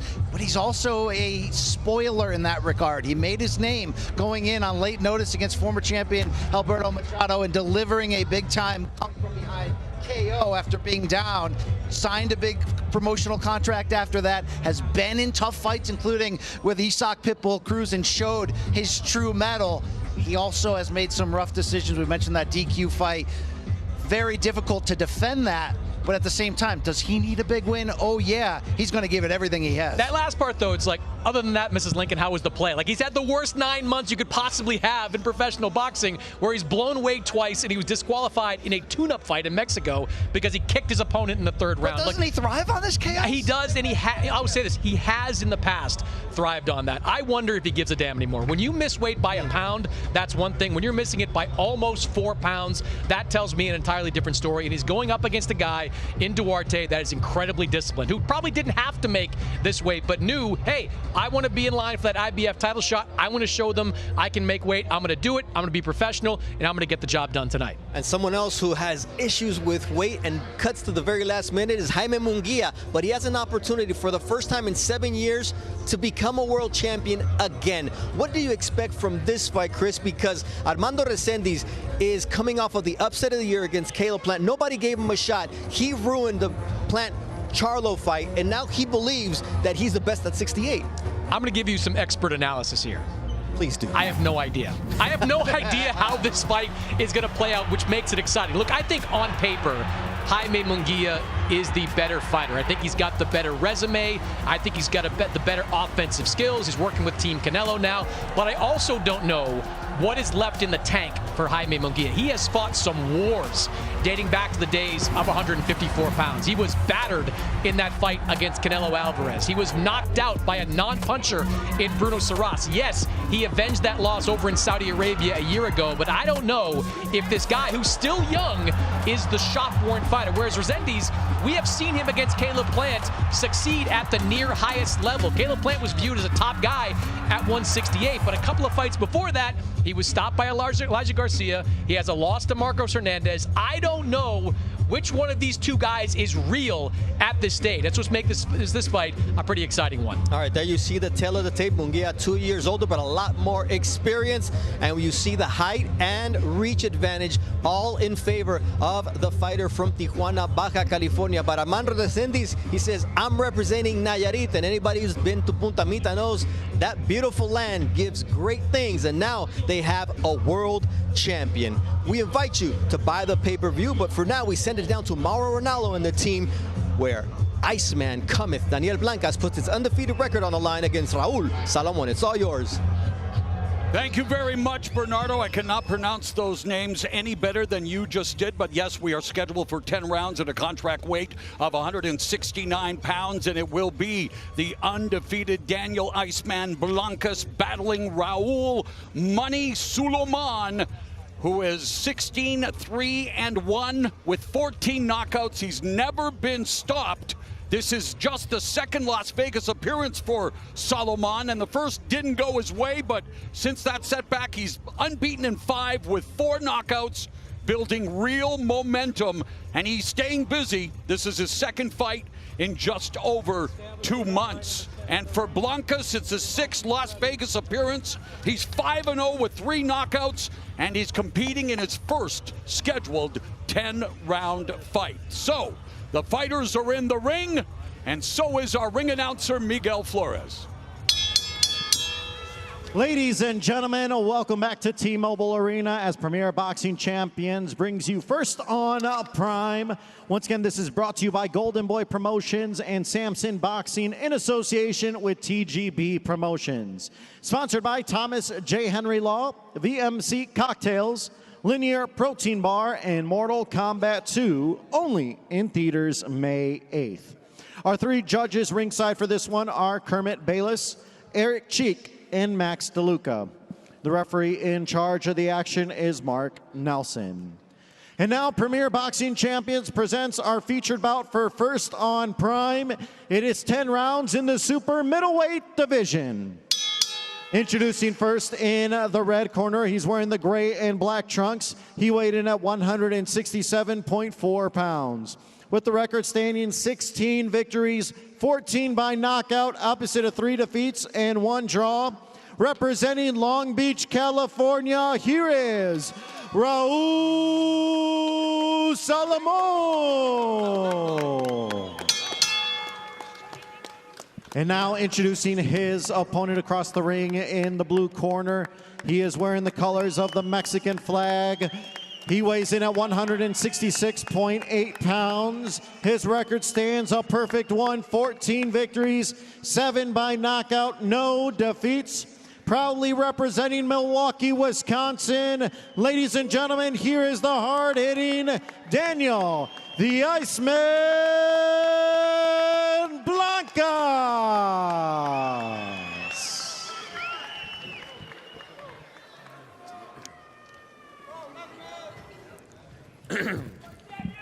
All right, seconds. Gentlemen, you had your instructions earlier. You know what I expect. Listen, punches from here up are considered good. Punches from here up are good.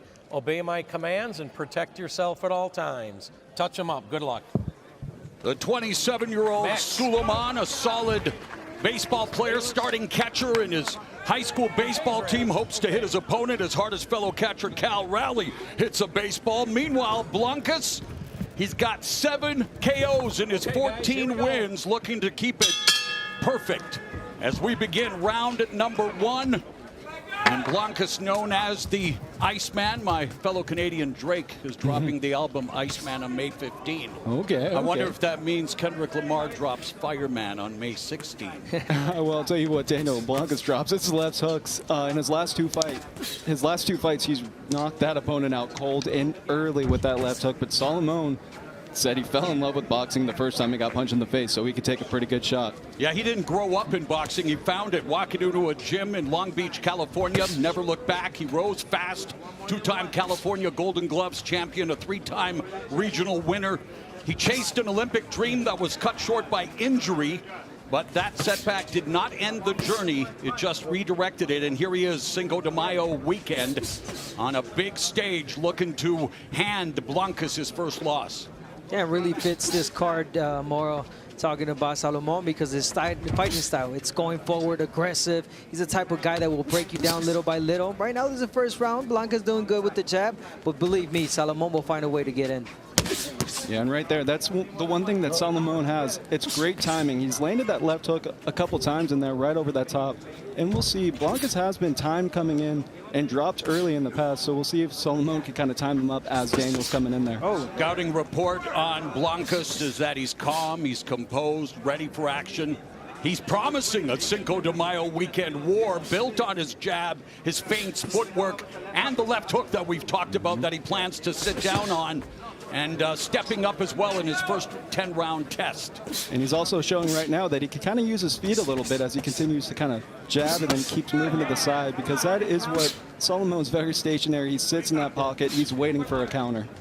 Yeah, one thing that Salomon's not doing, he's just following. He's not cutting off the ring. So that leaves for Blancas to get off easy. Use the ring. There you go, cutting off the ring as well. But, you know, again, Salomon being too patient, too slow in this first round. Tactical start for both fighters. Only single digit connects in the first 2+ minutes. 45 seconds left in the first frame. Scheduled for 10 at a contract weight of 169 pounds. Salomon has actually sparred with Armando Resendiz and Jaime Munguia. In fact, he sparred with Resendiz in preparation for their fights tonight. Resendiz defending his 168-pound title for the first time against former 154-pound titleist Jaime Munguia in a much-anticipated co-main event coming up later tonight on pay-per-view. Yeah, Salomon has sparred with pretty much everybody, including David Benavidez. Right cross there by Salomon. Yes, he's had some great sparring. Stop! Don't punch. Don't punch. And now he's going against a Jose Benavidez trained fighter and Daniel Blancas. So a little interesting storyline there. We will hear from Jose Benavidez Sr. in Blancas' corner. I like this round. Good distance. High guard, I like that. But move a little bit more too. Jab upstairs, downstairs, and then hook with that jab. Change that jab, hook it. Upstairs, downstairs, and if he follows you, catch him with the right hand coming in. Okay? Because listen, he's good there. He's right in front of you. He moves, 1-2. He's trying to look for the body. Look what he's doing. 1-2 body. That's what he's trying to do. And stay off the ropes, please. You got good legs, okay? Just be aware of headbutts. Touch, touch, and then right hand. Touch, touch, and straight right hand. Just don't get confident, okay? Jose Benavidez Sr., a busy man tonight. Of course, he'll be in his son's corner in the main event when David Benavidez challenges Gilberto Ramirez for his 2 cruiserweight titles. Benavidez, a current light heavyweight champion, his belt will not be at stake as we begin round 2, scheduled for 10. And Blancas and Salomon. Blancas now being backed up by Salomon. Salomon being the fighter marching forward, but nice combination put together there by Blancas. Yep, and that's why Jaime Munguia brought Salomon in to kind of replicate that Canelo style. Obviously, he's not quite Canelo, but he does bring that style to you, and that's why Jose Benavidez Sr. wants Blancas to keep touch and catch him coming in, turn out. This tempo fight, you know, favorites Blancas without no doubt. Beautiful. Once Salomon starts pressuring and throwing a lot more, it's going to make it difficult for Blancas. But as far as now, he's taking full control of this fight. Blancas really trying to beat David Benavidez with those combinations and has put together some crisp combos, but now backs up again as Salomon comes forward, inching. Nice countered left hook there by Blancas upstairs. Oh, nice. Sitting down in that right hand. Yep, and those combinations. Nice jabs to the body and upstairs. So good punch placement, good punch variety. Yep, and those combinations, sorry, Abner, but those are harder to time, right? Definitely. For a guy that's looking to counter. Yeah, definitely harder to time. He's changing the tempo on those fights, the speed on those punches, speaking of Blancas. But it's exactly what the corner told him. Jab upstairs, and then the right hand. So he's doing good. And again, staying at a good range. Not there, not quite had there. success as well upstairs with a couple of left hooks. A very competitive second round with a minute and a half left. And a right hand by Salomon. Great combination upstairs, but Blancas responds with a right hand. And we'll see that right there is why Jose Benavidez Sr. brought in Salomon to that Benavidez campos for Benavidez Lemieux, because he knows what Salomon could do, and he said it's going to be a hell of a fight when I talk to him. Minute left in the second. Right uppercut there by Blancas. Starting to work behind the jab now. Looking to blind Salomon. Salomon fires off a jab of his own, continues to march forward. Yeah, but it's that pressure right now that Salomon is giving Blancas. He's right in front of him. Yeah, not a lot of punches thrown, but when he throws, he lands really good and really hard. So Blancas definitely on the defense right now and worried that he doesn't catch a heavy shot. Salomon has to be careful when he squares up like that. That's when Blancas lights him up with combinations. But you see what Salomon's looking for. Daniel will throw that jab and then kind of will leave that left hand down. By Blancas. Salomon's looking for that quick counter right hand. He's trying to punch with him. I like that. There it is. And Salomon doesn't waste much in there. He's 1-2 at a time. So that's where the combinations, you got to outwork him. Salomon threw more punches around too, but Blancas landed more through these 3-minute stanza. And we will hear from Edgar Jasso in the corner of Raul Salomon. Listen, I know we're gonna start from little to more. You understand? Start closing up the gap. He's looking to counter with 2-3 punches. You're only giving me one. You understand? Give me a little bit more movement. Give me a double jab. You're only throwing one jab. That's why he's countering you. You understand? Nico. It's very important to watch that left hook, right? I'm always going to remind with the left hook. Be patient, but don't be too patient, all right? Let's start working the body. Continue working the body, okay? Give me some feints, all right? Right. Oh. And here's a well-timed left hook from Blancas. Uppercut, body shot body shot right there with the left hook. And then stepping out, not staying in the pocket. That's exactly what you want to do if you're Blancas. Do not stay in there. There it is. Perfect example when you stay in there. Salomon will catch you because he's throwing with you. He's waiting for you to extend that jab. And right there was why he was brought in for that Canelo, because he did that little bit of a, feinted left hand. Both fighters have hit the deck like blackjack dealers here in Las Vegas. Salomon's been down twice in his career. Blancas has been down once. As we begin round number 3, Blancas along the ropes. Tries to move out to his left. Has to be careful. He'll go into the power alley of the right hand of Salomon. Yeah, Salomon is kind of closing in, and he snuck in a few little quick left hooks as well, and that is what Rico Santana was able to drop Blancas with. And right there, once again, that jab coming through.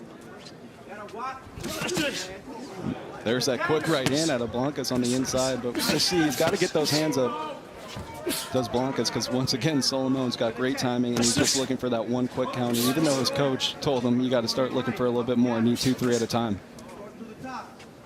Yeah, I want to see a little bit more investment to the body of your Salomon. If you want to take that type of tempo, that type of a slow pace, and take these rounds little by little, well, break them down. Slow down the fight for Blancas, but I'm not seeing. I'm seeing a lot of head hunting from Salomon. He does have power though.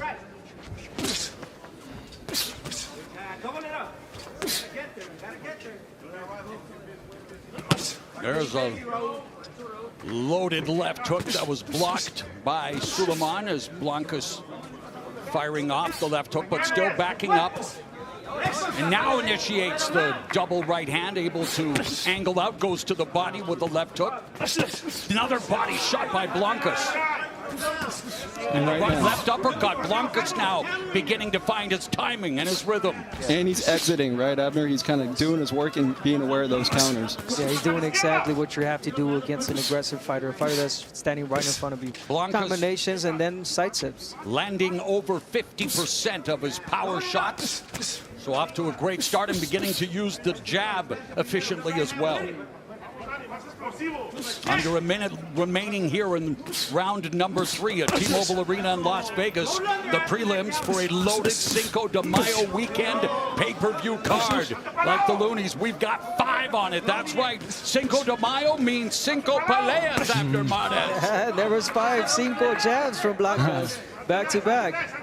And he's showing a new weapon. He's showing a bit of an uppercut. That's something that he hasn't really shown in the past. But once again, he's developing as a pro with that Benavidez team. Under a half minute remaining now in the third. Blancas continues to back up to the ropes, maybe trying to set a trap. Goes to the body and upstairs with a good jab. Salomon almost jumping up to punch, not sitting down on his shots.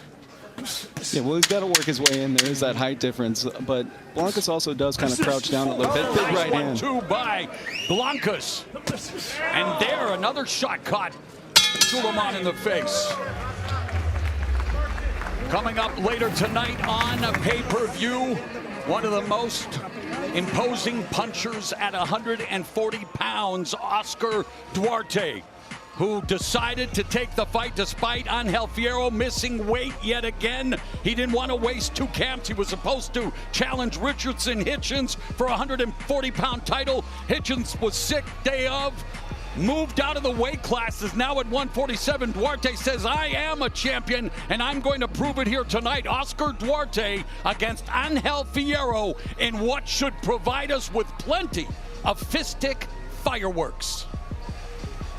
He looks all business right now on that walk, and I'll tell you that. He's going to take out those 2 last weigh-in. Kind of, Fierro might be in for a tough one. Quite the entrance right to your locker room. This is not even up to the fight. Poker face for sure. Yeah. This is the town you want it. A big poker face. Round number 4 as Blancas and Salomon come up. Blancas again, though, backed up immediately by Salomon. Has Blancas on the ropes, but not taking advantage of it. Yes. And it's Salomon and Blancas' jab that is becoming a very important weapon. Yeah, beautiful jab upstairs, downstairs, and he's hooking that jab. He's, again, changing the speed on that. Really good advantage right there from the long distance, Blancas. Left hook, Blancas ripping the left hook as he slipped. The Salomon punch sat down on that right hand as well. And that's when Blancas' left hook is at the best, when he's able to kind of preload it. In the past, when he was a younger fighter, he would load it up at range, but on the inside, when he's able to slip and then explode, that's how he gets those big knockout shots with that left hook of his. And again, no second gear from Salomon. Like Mauro mentioned, he did it right. He was right there, but he doesn't let his punches go. And Blancas, during the COVID pandemic, went to nursing school, earning his CNA certification, honoring his parents' wish for a backup plan, because let's face it, in this sport, nothing is guaranteed. Nice right hand from Blancas. Left hook upstairs by Salomon. Good feint by Blancas, wanting to get Salomon to bite. Yep, and those feints are one of the keys that Blancas said he was looking for in this fight, because that is another way to throw off that timing. And that, once again, is what Salomon is best at, is timing. Blancas beginning to find his rhythm, Abner, even though he's lateral movement and on a back foot, but he's the one that's landing the shots, especially the jab. Yeah, beautiful work. Like you said, the speed's there, the timing, and he's even controlling the center of the ring when he wants to, but he knows that he doesn't and shouldn't be there, so he decides to go on the outside, and again, it's beautiful work. It's a muted output in terms of punches thrown, but Blancas more than doubling Salomon in terms of total connects here in the fourth round, scheduled for 10 with a minute left in this fourth frame. Yeah, no urgency from Salomon. I mean, this is a big card, big opportunity for him, and I'm not seeing a lot from Salomon. Good hand speed on display from Blancas. Yeah, Blancas is showing a lot right now, and he's showing that he can kind of keep those punches short of his, even being a tall, lanky guy. Coming up on the final 30 seconds of the fourth. Edge Blancas here in the fourth round.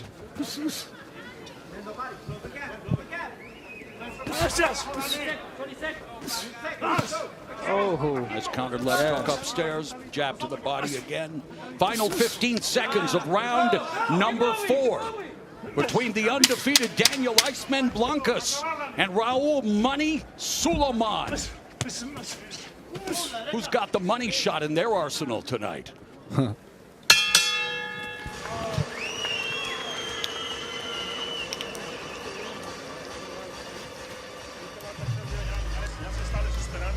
Listen, he's getting desperate already. You're doing everything you want in there. You're playing with him. Listen, in this round, I have no problem if you want to pressure. Let's pressure a little bit, okay? Push him. Let's just push him. I want to see what he has. But close your guard. Get in, get in. But close your guard, okay? Moving, not just in front of him. Move your head.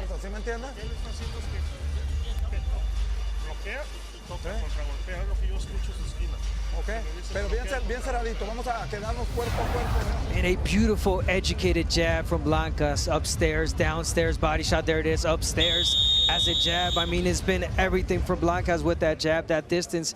There it is, just schooling a Salomon in this fight. As we reach round number 5, Blancas, a third-generation boxer, started at the age of 8 after going to the gym with his father and uncle to watch them train. Had about 100 amateur fights, and now going to work with the jab and the left hooks on Salomon here in round number 5. And you look at the jabs, and actually it's a much closer than I would have thought. It's been a more effective weapon for Blancas than it has for Salomon. Oh, yeah, big time. I mean, just as Jose Benavidez, you heard him in that corner. You're doing everything you want in there, but he wants Blancas to be inside now. He wants to see if he can kind of really, you know, take the fight to Salomon, push this come forward fighter back. Oh, nice left hook to the body by Blancas. Looking to frame the shot there. I don't think that's quite exactly what Blancas should do. We saw that Salomon landed. There it is. Nice right hand over the top by Blancas. Again, but also Salomon landed his left hook. Again, you know, you don't want to give opportunities like that to Salomon. Again, he is a big puncher. He's a guy that will break you down. So don't start boxing, start doing what you were doing and what was working for you as far as Blancas. 14 of his 16 wins have come by knockout for Salomon. He's lost 3 times, but never been stopped.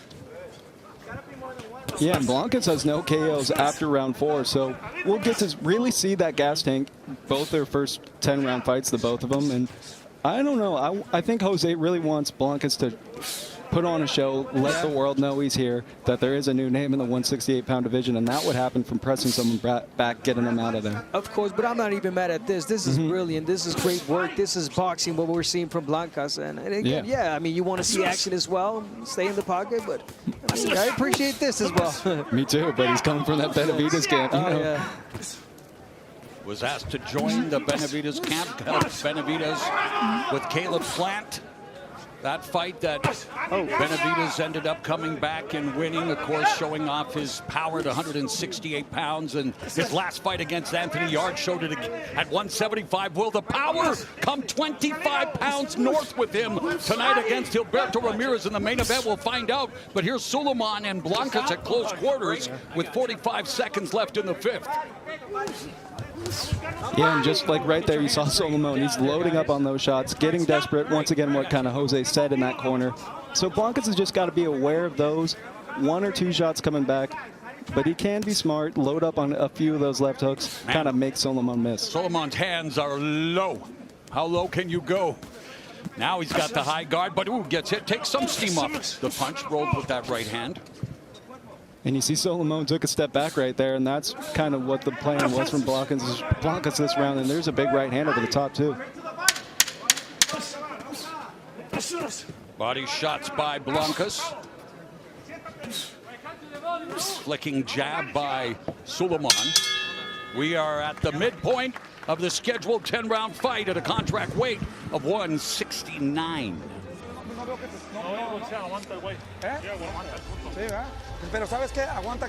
Listen, when you catch him with the uppercut, he's not gonna take it. Finish to the body, uppercut and then body. I'm sure he's not gonna take it. Let's risk a little bit more, okay? I want to see that risk. But when you get in the inside, uppercut, inside punches, uppercut, uppercut, and then finish to the body.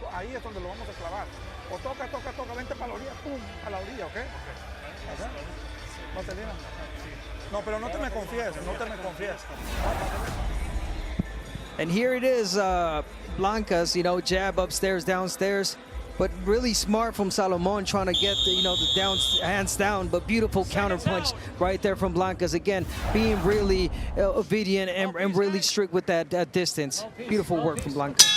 Both Blancas and Salomon coming off knockout wins in their previous outings. The undefeated Daniel Iceman Blancas in the Mexican flag colors. Raul Money Salomon in the gray and black trunks. And our unofficial scorer, Larry Hazard, has Daniel Blancas pitching a shutout through 5 rounds. Going to his catcher in Salomon, as you mentioned at the beginning, former catcher. Yeah, but right. I know you'll appreciate the baseball analogy. Yeah. And once again, Salomon said he chose boxing because he got punched in the face and he fell in love with it. I was kind of the opposite. Baseball for me. Yeah, and he's doing a lot of that, catching and obviously taking a lot of shots to the head. Speaking of Salomon. Yeah, that's right. He's a different kind of catcher tonight. Combination upstairs by Blancas, moving to his right, goes downstairs to the body, and then fires a left hook to the jaw. And that left hook, you saw when he's able to double up on it, come back over the top, that's when he's able to really generate that steam on it. Even showed some combinations from the southpaw stance momentarily as he was shifting. But look at Blancas going to work now. Avoids the sweeping left hook for Salomon. Salomon not just trying to walk down Blancas, but Blancas right at the range he needs to be, Abner. Yeah, right at the range. He's being really, really good, really educated again with that jab. The jab is everything for him in this fight, and it has it. It opens up the door for everything. It opens up the guard and the distance, and I'm just loving what I'm seeing from Blancas right now. Yeah, that range is everything. He's controlling distance, either kind of stepping on that outside, staying away from the mid-range. Big uppercut. Blancas will be the first to tell you you don't win on fight night. You win in the work you put in the gym. And when you're a member of the Benavidez camp, you know you're going to be put to work. Yeah, he said they train like animals in there. And even Salomon said that, having experience. So he knew what he was up against tonight. Here it is, changing the fight now. Blancas pushing him back. He's digging to the body. He's breaking him down. Making the adjustment. Yeah, now on the front foot, gets cuffed with a couple of right hands from Salomon. But it's combinations from Blancas. And what the corner told him, I want you to take a little bit more risks, and that's what he's doing right now. But he's taking them smart. You see, when he's smothering kind of those shots, getting his head down low, and being aware of those quick counters coming back. Yeah, you're right about that. Smart pressure. Head moving. Another left hook to the body. And Blancas really beginning to open up his advantage on Salomon. The first half of this fight belonged to Blancas, and the sixth making even more of a pronounced statement. 26 of 79 compared to 9 of 64 for Salomon. So a sizzling sixth round for Iceman Blancas. Breathe. Hey, listen. He's done. He's cooked. It's whenever you want, okay? Just more body shot, okay? Uppercuts. But listen, right here, the chin. You see that? Or the body shot. Or the solar plex. But listen, if you hit downstairs, you want to come up with something. Bend your knees a little bit, and I want to see the uppercut.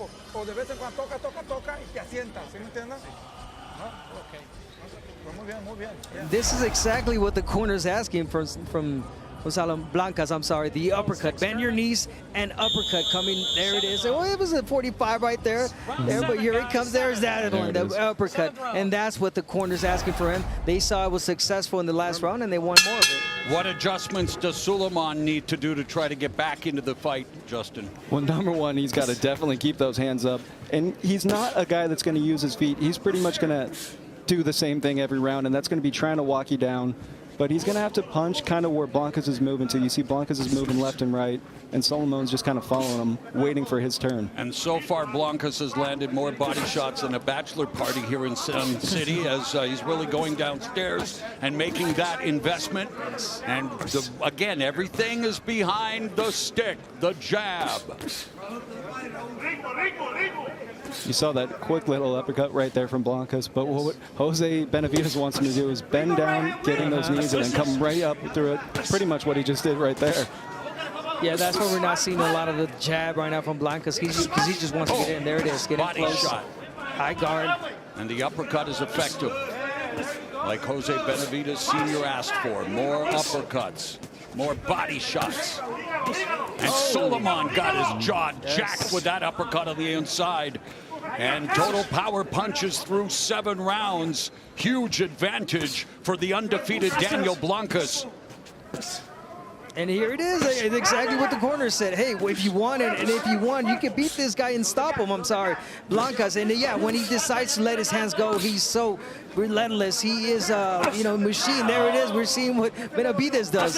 Seeking his 8th stoppage victory, making the investment to the body, pushing Salomon back to the ropes, landing a right hand upstairs on a left hook. Salomon taking these shots. He's been down twice, but he's stood up to every power shot from Blancas thus far. Yeah, he's. Then that's pretty much what Jose wanted in this fight. You're going against a come-forward fighter. Can you be the one that's going to be able to press him backwards? And you see he's kind of pushing him a few times, but he is being the bully in there as Blancas. Yeah, a lot of these pressure fighters, they don't know how to fight going backwards, and that's what, Blancas already found out about Salomon.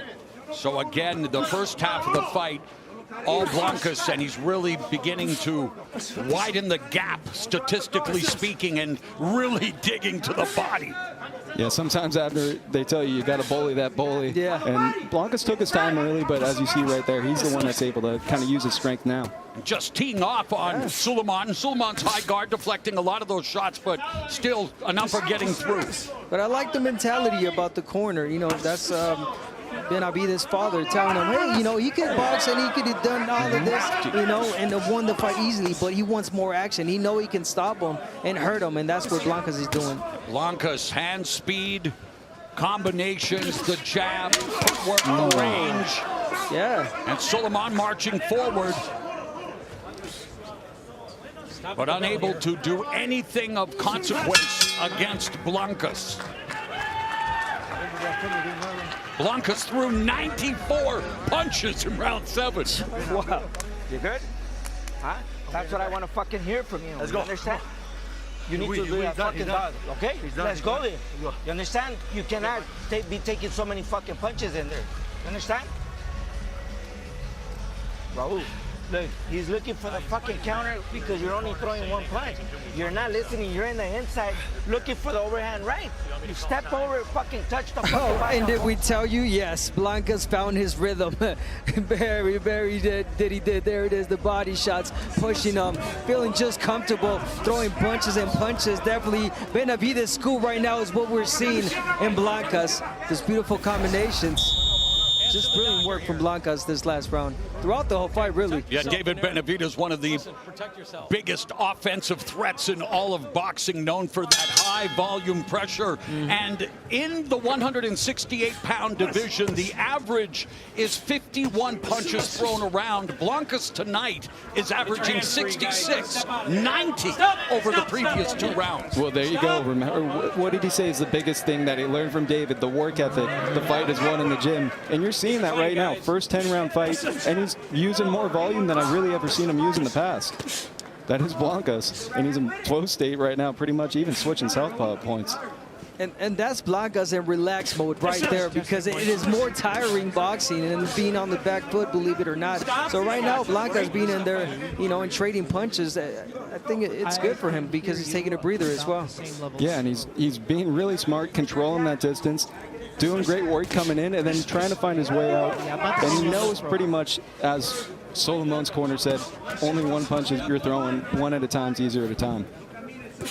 Oh, there's Salomon with a quick jab and then gets into a wrestling match with Blancas. Under 2 minutes left here in the 8th.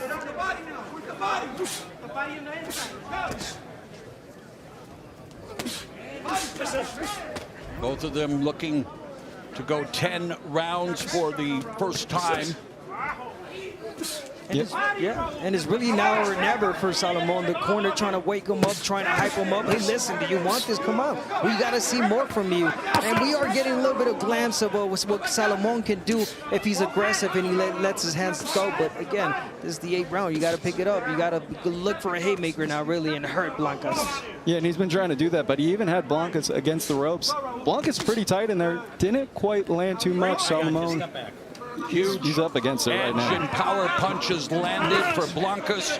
Solomon's father, Raul Sr., was a professional soccer player, and it's Salomon now looking for the goal! Under a minute left in the 8th. Always wanted to do that.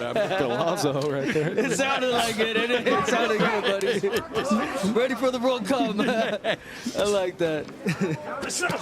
Body shot from Blancas again continues to just sap away the strength of Salomon. Now we'll see if that uppercut really starts to play in here as Salomon is out of gas and he's kind of leaning on Blancas, especially with that head. No, it's a right hand that's found a home for Blancas. Everything's found a home pretty much for Blancas at the moment. But I like how he changes it. Okay, yeah, he lands the right hand, but he doesn't, you know, just doesn't stay there. He looks for other punches to land as well. We have seen a surge in his offensive output as we are now at the end of round 8, and for the first time in their respective careers, both Blancas and Salomon will see round 9.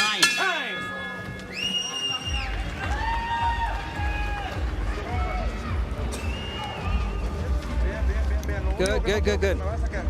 Listen, but the only thing is don't stay too long, okay? And if you do, move your head.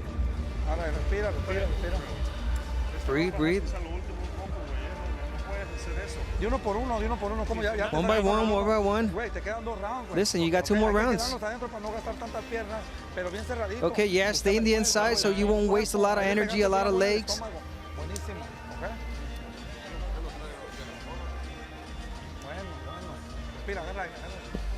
Breathe in. Give me another hard breathe. Deep breathe. Let him throw a little bit. Let him open up. But time him, okay?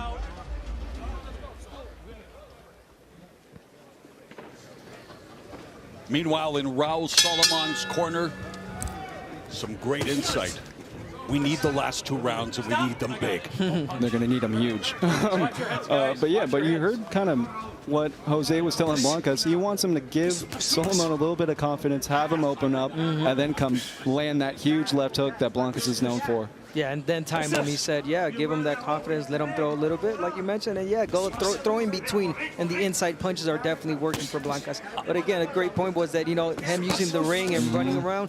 Well, he said, stay in the inside because I don't want you to get tired. These are the last 2 rounds. Uncharted territory for both fighters. Their first 9th round, and Blancas continues to work behind the jab, lands a beautiful right cross, and there's a lead right hand. Double rights to Salomon, and Salomon can take a shot, man. Yes. Yeah, it looks like uncharted territory for Salomon, but I'll tell you, Blancas looks like he belongs here. And that's kind of what Salomon was saying. This is the most dedicated he's ever been for a camp, but he's run into, you know, a guy in Daniel Blancas who is ready for everything he was going to bring tonight. Of course, a 168-pound championship will be on the line in our co-main event later tonight on pay-per-view. Armando Reséndiz in his maiden voyage as champion, defending against Jaime Munguia, looks to become a 2-division champion. Yeah, we'll get to find out a lot about those guys in that fight, especially, I mean, Toro Reséndiz.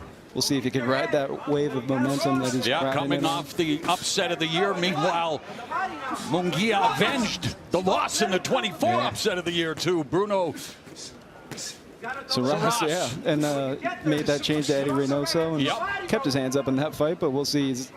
Once again, both those guys hopefully going to be fighting with a lot to prove. Meanwhile, Salomon unable 1, 2, to 3, 4, 5. do I cannot much hear myself. against Your program Blancas standing in front of him. 2, is 3, 4, 5. Now I'm starting to hear myself. Sounds good. That's pretty good level. Hang on a second. Yeah, he's been punching back that's whole fight. fine. I mean, now beautiful. if he could perhaps. Right in front of him. Yeah, good job. Good pressuring. Let me see if I turn my program A guy down. that's just standing Check in testing front 1, of him, 2, 3. not a lot of punches Testing from 1, 2, Salomon. 3. Really Testing 1, 2, fantastic 3, job from 4. Blancas throughout this whole fight. Okay, that's pretty good. Thank you. Nearly Just haven't heard the 1,200 producer yet. combined punches, and we are 30 seconds away from completing the 9th round. There's a huge edge, though, statistically speaking, for the undefeated Daniel Blancas.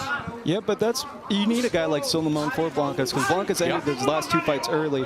You got to kind of find out that not everyone's going to fall when you hit them with your best shot. So getting these rounds in, and once again seeing that gas tank doing all these things. And Salomon came in with over 20 rounds of pro experience, Yes, I can hear edge, you. if you would call That's it that. good. That's Did have a pretty little good more level. Thank you in-ring so experience much, than Mike. Blancas, but proving Sounds to be good. a I can hear you difficult fine. experience Thank you. tonight for Salomon. Good. I like it. I gotta have to tell you, bro.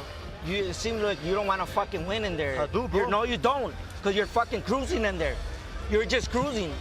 We told you we need these fucking rounds. You're letting this motherfucker box. Last round, touch gloves. You good, Raul? You gotta throw more punches and hit the body, bro. You haven't hit the body. We've been telling you the whole fight, you gotta work the fucking body and you keep headhunting. And you're looking for one fucking punch. Thank you. We need the fucking knockout to win. This is it, bro. You gotta knock him out. That's it. And then it's not gonna be by you trying to load up on one. You gotta set it up. You understand? All right, this is it, bro. Let your hands go, okay? Find the body. Be on them. Stay on You're them. much better than this fucking guy, bro. The boxing ring is the theater of truth. And sometimes that truth hurts. And Edgar Jasso speaking truth to Raul Salomon. It's come down to this, the final 3 minutes of this fight between the undefeated Daniel Blancas in the Mexican flag colored trunks and Raul Salomon in the gray and black trunks. You know, it'll be interesting to see how Blancas kind of treats this, if he's going to stand in there with him while Solomon's going for that knockout, and maybe that will be the opportunity for Blancas to land that huge counter. But I think it's going to come down to that. I mean, the pressure right now from Salomon, urgency, obviously, the corner telling him. I mean, he knows that he's got to look for the knockout. So, it's, yeah, like you said, it's going to create an opening for Blancas to land a big shot. Meanwhile, Blancas using that jab as a beautiful paintbrush, and it's very effective. Upstairs, downstairs, body shots from Blancas. Step back, guys. Punch out of there. Stop. But no, not quite from Salomon. Not throwing a lot of punches again. Yeah, well, he kind of finds out right when he gets out there that he's there it landing is. a few. He finally threw a combination right there and snuck it through with that left hand. But, the more he throws, the more he is open for a Blancas left hook counter.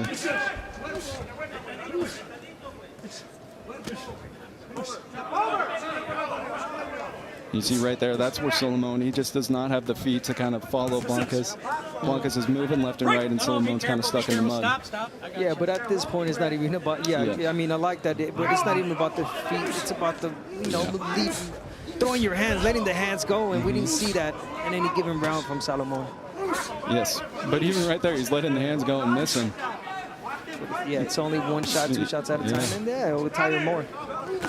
Oh, beautiful. Uppercut on the inside by Blancas, goes downstairs with the right hand. Hand speed on display, double jab, splits Salomon's guard. There's a right hand, lands for Salomon. Are you content with Blancas to continue doing what he's doing, or would you like him to try to make a statement in this final minute? I would like him to kind of look for that uppercut right now when Salomon's coming in. And it's there, as you see. Salomon's looking for that home run, looking for that 10-round home run. But Abner, would you kind of continue? Blancas is just doing what he's doing. He's doing great. I like what he's doing right now. Listen, you can, get yourself open for a big shot. You close the fight, close the round, and he fought beautifully in this fight. So no need for that.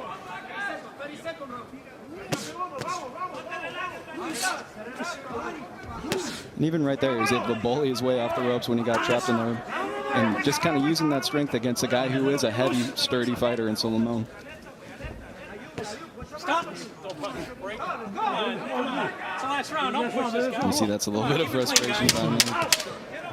So for the first time in their respective careers, Daniel Blancas and Raul Salomon go the 10-round distance. But I have a feeling Salomon is not going to be happy about the judges' scorecards.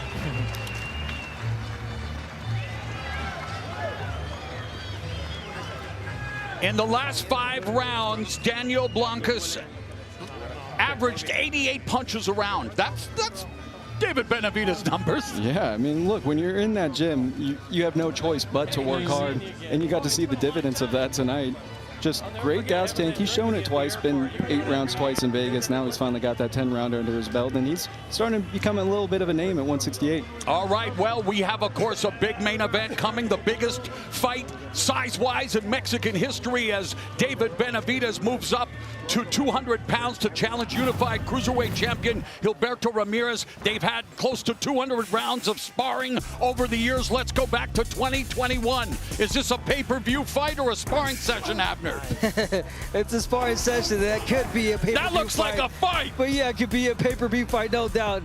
And yeah, that's what they say. This sparring session was a fight. It was toe-to-toe, back and forth action. I mean, they don't even know who won that fight in that sparring session. I'm wondering if Ramirez playing a little mind game, saying, headgear, bigger gloves. I didn't make too much of it. Meanwhile, Benavidez said, I remembered every single second of those 200 rounds. Well, I think that's just the difference in Benavidez spars like it's a fight, whereas Zurdo kind of spars to get better. But I'll tell you what, Benavidez in the gym, in the ring, if he puts on those gloves, he's going for it. Does Daniel Blancas remain undefeated as we all believe? The man with the answer is Miguel Flores. Ladies and gentlemen, after 10 rounds of action, we go to the judges' scorecards. Judges Kermit Bayless and Max DeLuca both see it 99-91, and Judge Eric Cheek sees it 100-90. All 3 judges in agreement for your winner by unanimous decision. And still undefeated, Daniel, the Iceman Blancas. A lot to like about Daniel Iceman Blancas as he improves to 15-0 on this Cinco de Mayo weekend, and that wraps up the preliminary portion of the card. To put a capstone on the proceedings, let's go back up to Bernardo Osuna. Great job down there, Mauro. And always a pleasure to see up-and-coming fighters like the Iceman Blancas do what they do inside the ring, and you can see those familiarities with David Benavidez and that squad in terms of the style.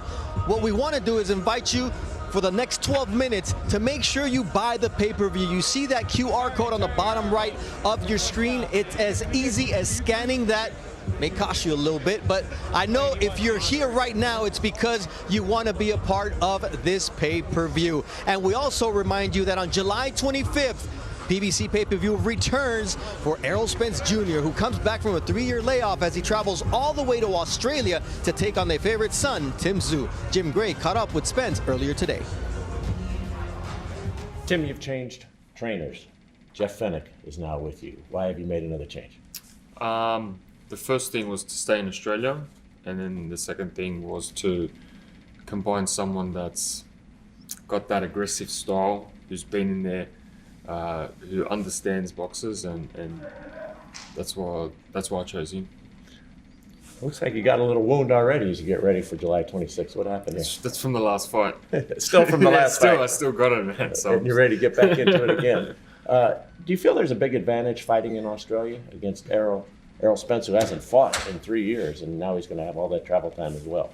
I think it does play an advantage, and that's why I've sort of chosen to stay in Australia, because as much as people say the jet lag doesn't affect it, but it does, you know. So if I can play that to my advantage, plus my family is 50-0 in Australia, so the record there speaks for itself. So we can continue it on. And yeah, there's a lot of advantages in fighting there.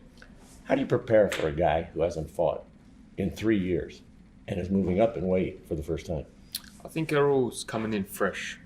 I think the rest was much needed in his career. I think he's going through a bit.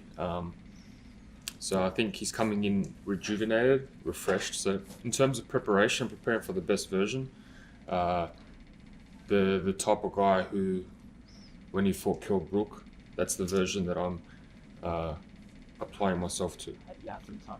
Where would you assess your career is now? You had those 3 losses, 2 against Fundora, a bit of a rebound. Where would you assess where you are right now? Rebuild stage, a lot to prove, not comfortable at where I'm at, and a lot more to go towards. Tim, best of luck. Thank you. Look forward to the 26th of July. If you want to join us for our pay-per-view, we invite you to buy the pay-per-view. We know that you've already seen the preliminary fights, and you definitely don't want to miss David Benavidez against Gilberto Zurdo Ramirez. It's a dual title fight because we've got Armando Resendiz making the first defense of his WBA super middleweight title against Jaime Munguia, and all action fights from top to bottom. This is Cinco de Mayo, so fight fans demand all action, and that's exactly what this PBC pay-per-view will provide to every one of you fight fans. All right, let's take a closer look at the unified cruiserweight champion, Gilberto Ramirez, who makes his 3rd WBA title defense, 2nd of the unified WBO title. El Zurdo turned pro at 18 in 2009 in his hometown of Mazatlan. He's the only Mexican to win a title at cruiserweight, only one of 3 men to win belts at both 68 and 200 pounds. He recently underwent right shoulder surgery last July and is ending a 308-day layoff. A win tonight solidifies Ramirez as the best big man to ever come out of Mexico. Zurdo is the champion, but he really has flown under the radar during this entire camp. But we're going to take a look at who El Zurdo really is. Que quiero que sepa de mí que dejo todo arriba del ring, que me gusta lo que hago, y que pues, la gente me recuerde como leyenda, que como el peleador Zurdo Ramírez, que dejaba todo arriba del ring también. Tengo poder, inteligencia sobre todo, y eso es lo que me hace ganar peleas. Pues fue un sueño. Yo creo que él se siente seguro, que se siente listo en este peso, entonces este sábado lo vamos a ver. Sigo haciendo historia al ser primer mexicano en tener 2 títulos en esta división. Pues es algo muy emocionante y sigo haciendo historia en el mundo del boxeo. Que no se pierda la pelea esta noche, va a ser una guerra arriba del ring. Voy a salir con la mano en alto.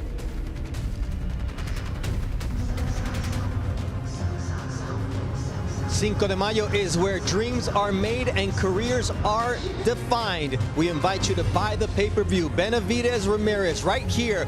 PBC continues in just 7 minutes. Fremont Street is starting to empty out because everybody's going from downtown Vegas to the T-Mobile Arena. Hey, Rolly Romero, the champ, is in the house here to support his stablemates. And you know what, Rolly Romero, we can't wait to see what's next for him, you see? Well, first of all, he's a dry comedic genius, all right? Let's give Romero that credit, but even more, the punching power, the world title at welterweight. Rolly is evolving into the best version of himself. He can be the punchline willingly because he's a goofy guy outside the ring, but inside of it, he's dangerous. Yeah, he's been chasing those big fights as well.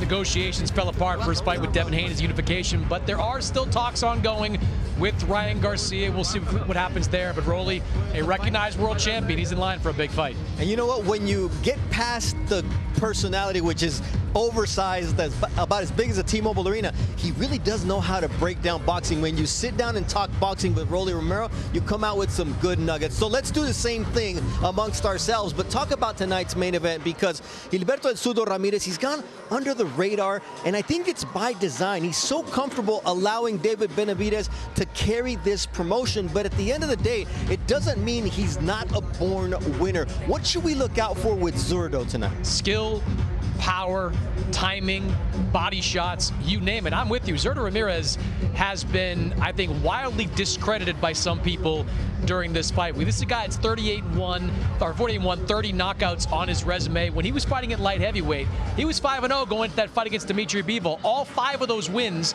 came by knockouts. We showed he had power in the higher weight classes. Since he has moved up to the cruiserweight division, he has been a monster. Beats Joe Smith the first time out. Beats 2 recognized champions in Arslan Goulamarian and Chris Billum-Smith. Then he beats Uniel Dorticos in a mandatory challenge. He has fought the very best this division has had to offer, yet when I look at these sports books, I see 4-1 odds. I see Zurdo Ramirez being treated as the B-side in every possible way. At the weigh-in on Friday, we had Ramirez sitting there in his underwear while a mariachi band came out playing for David Benavidez. I'm telling you, Zurdo Ramirez is a very live dog in this fight. He is the natural cruiserweight BC, and I think he's going to surprise some people out there. Look, and the durability has to be mentioned as well, along with the fact that, look, I think he puts himself under the radar. I think that's purposeful. He's never going to deliver the most insightful soundbite or get in his opponent's face and talk trash, but when asked whether he feels like he's been overlooked or treated like the B-side despite being a champion this week, he said, no,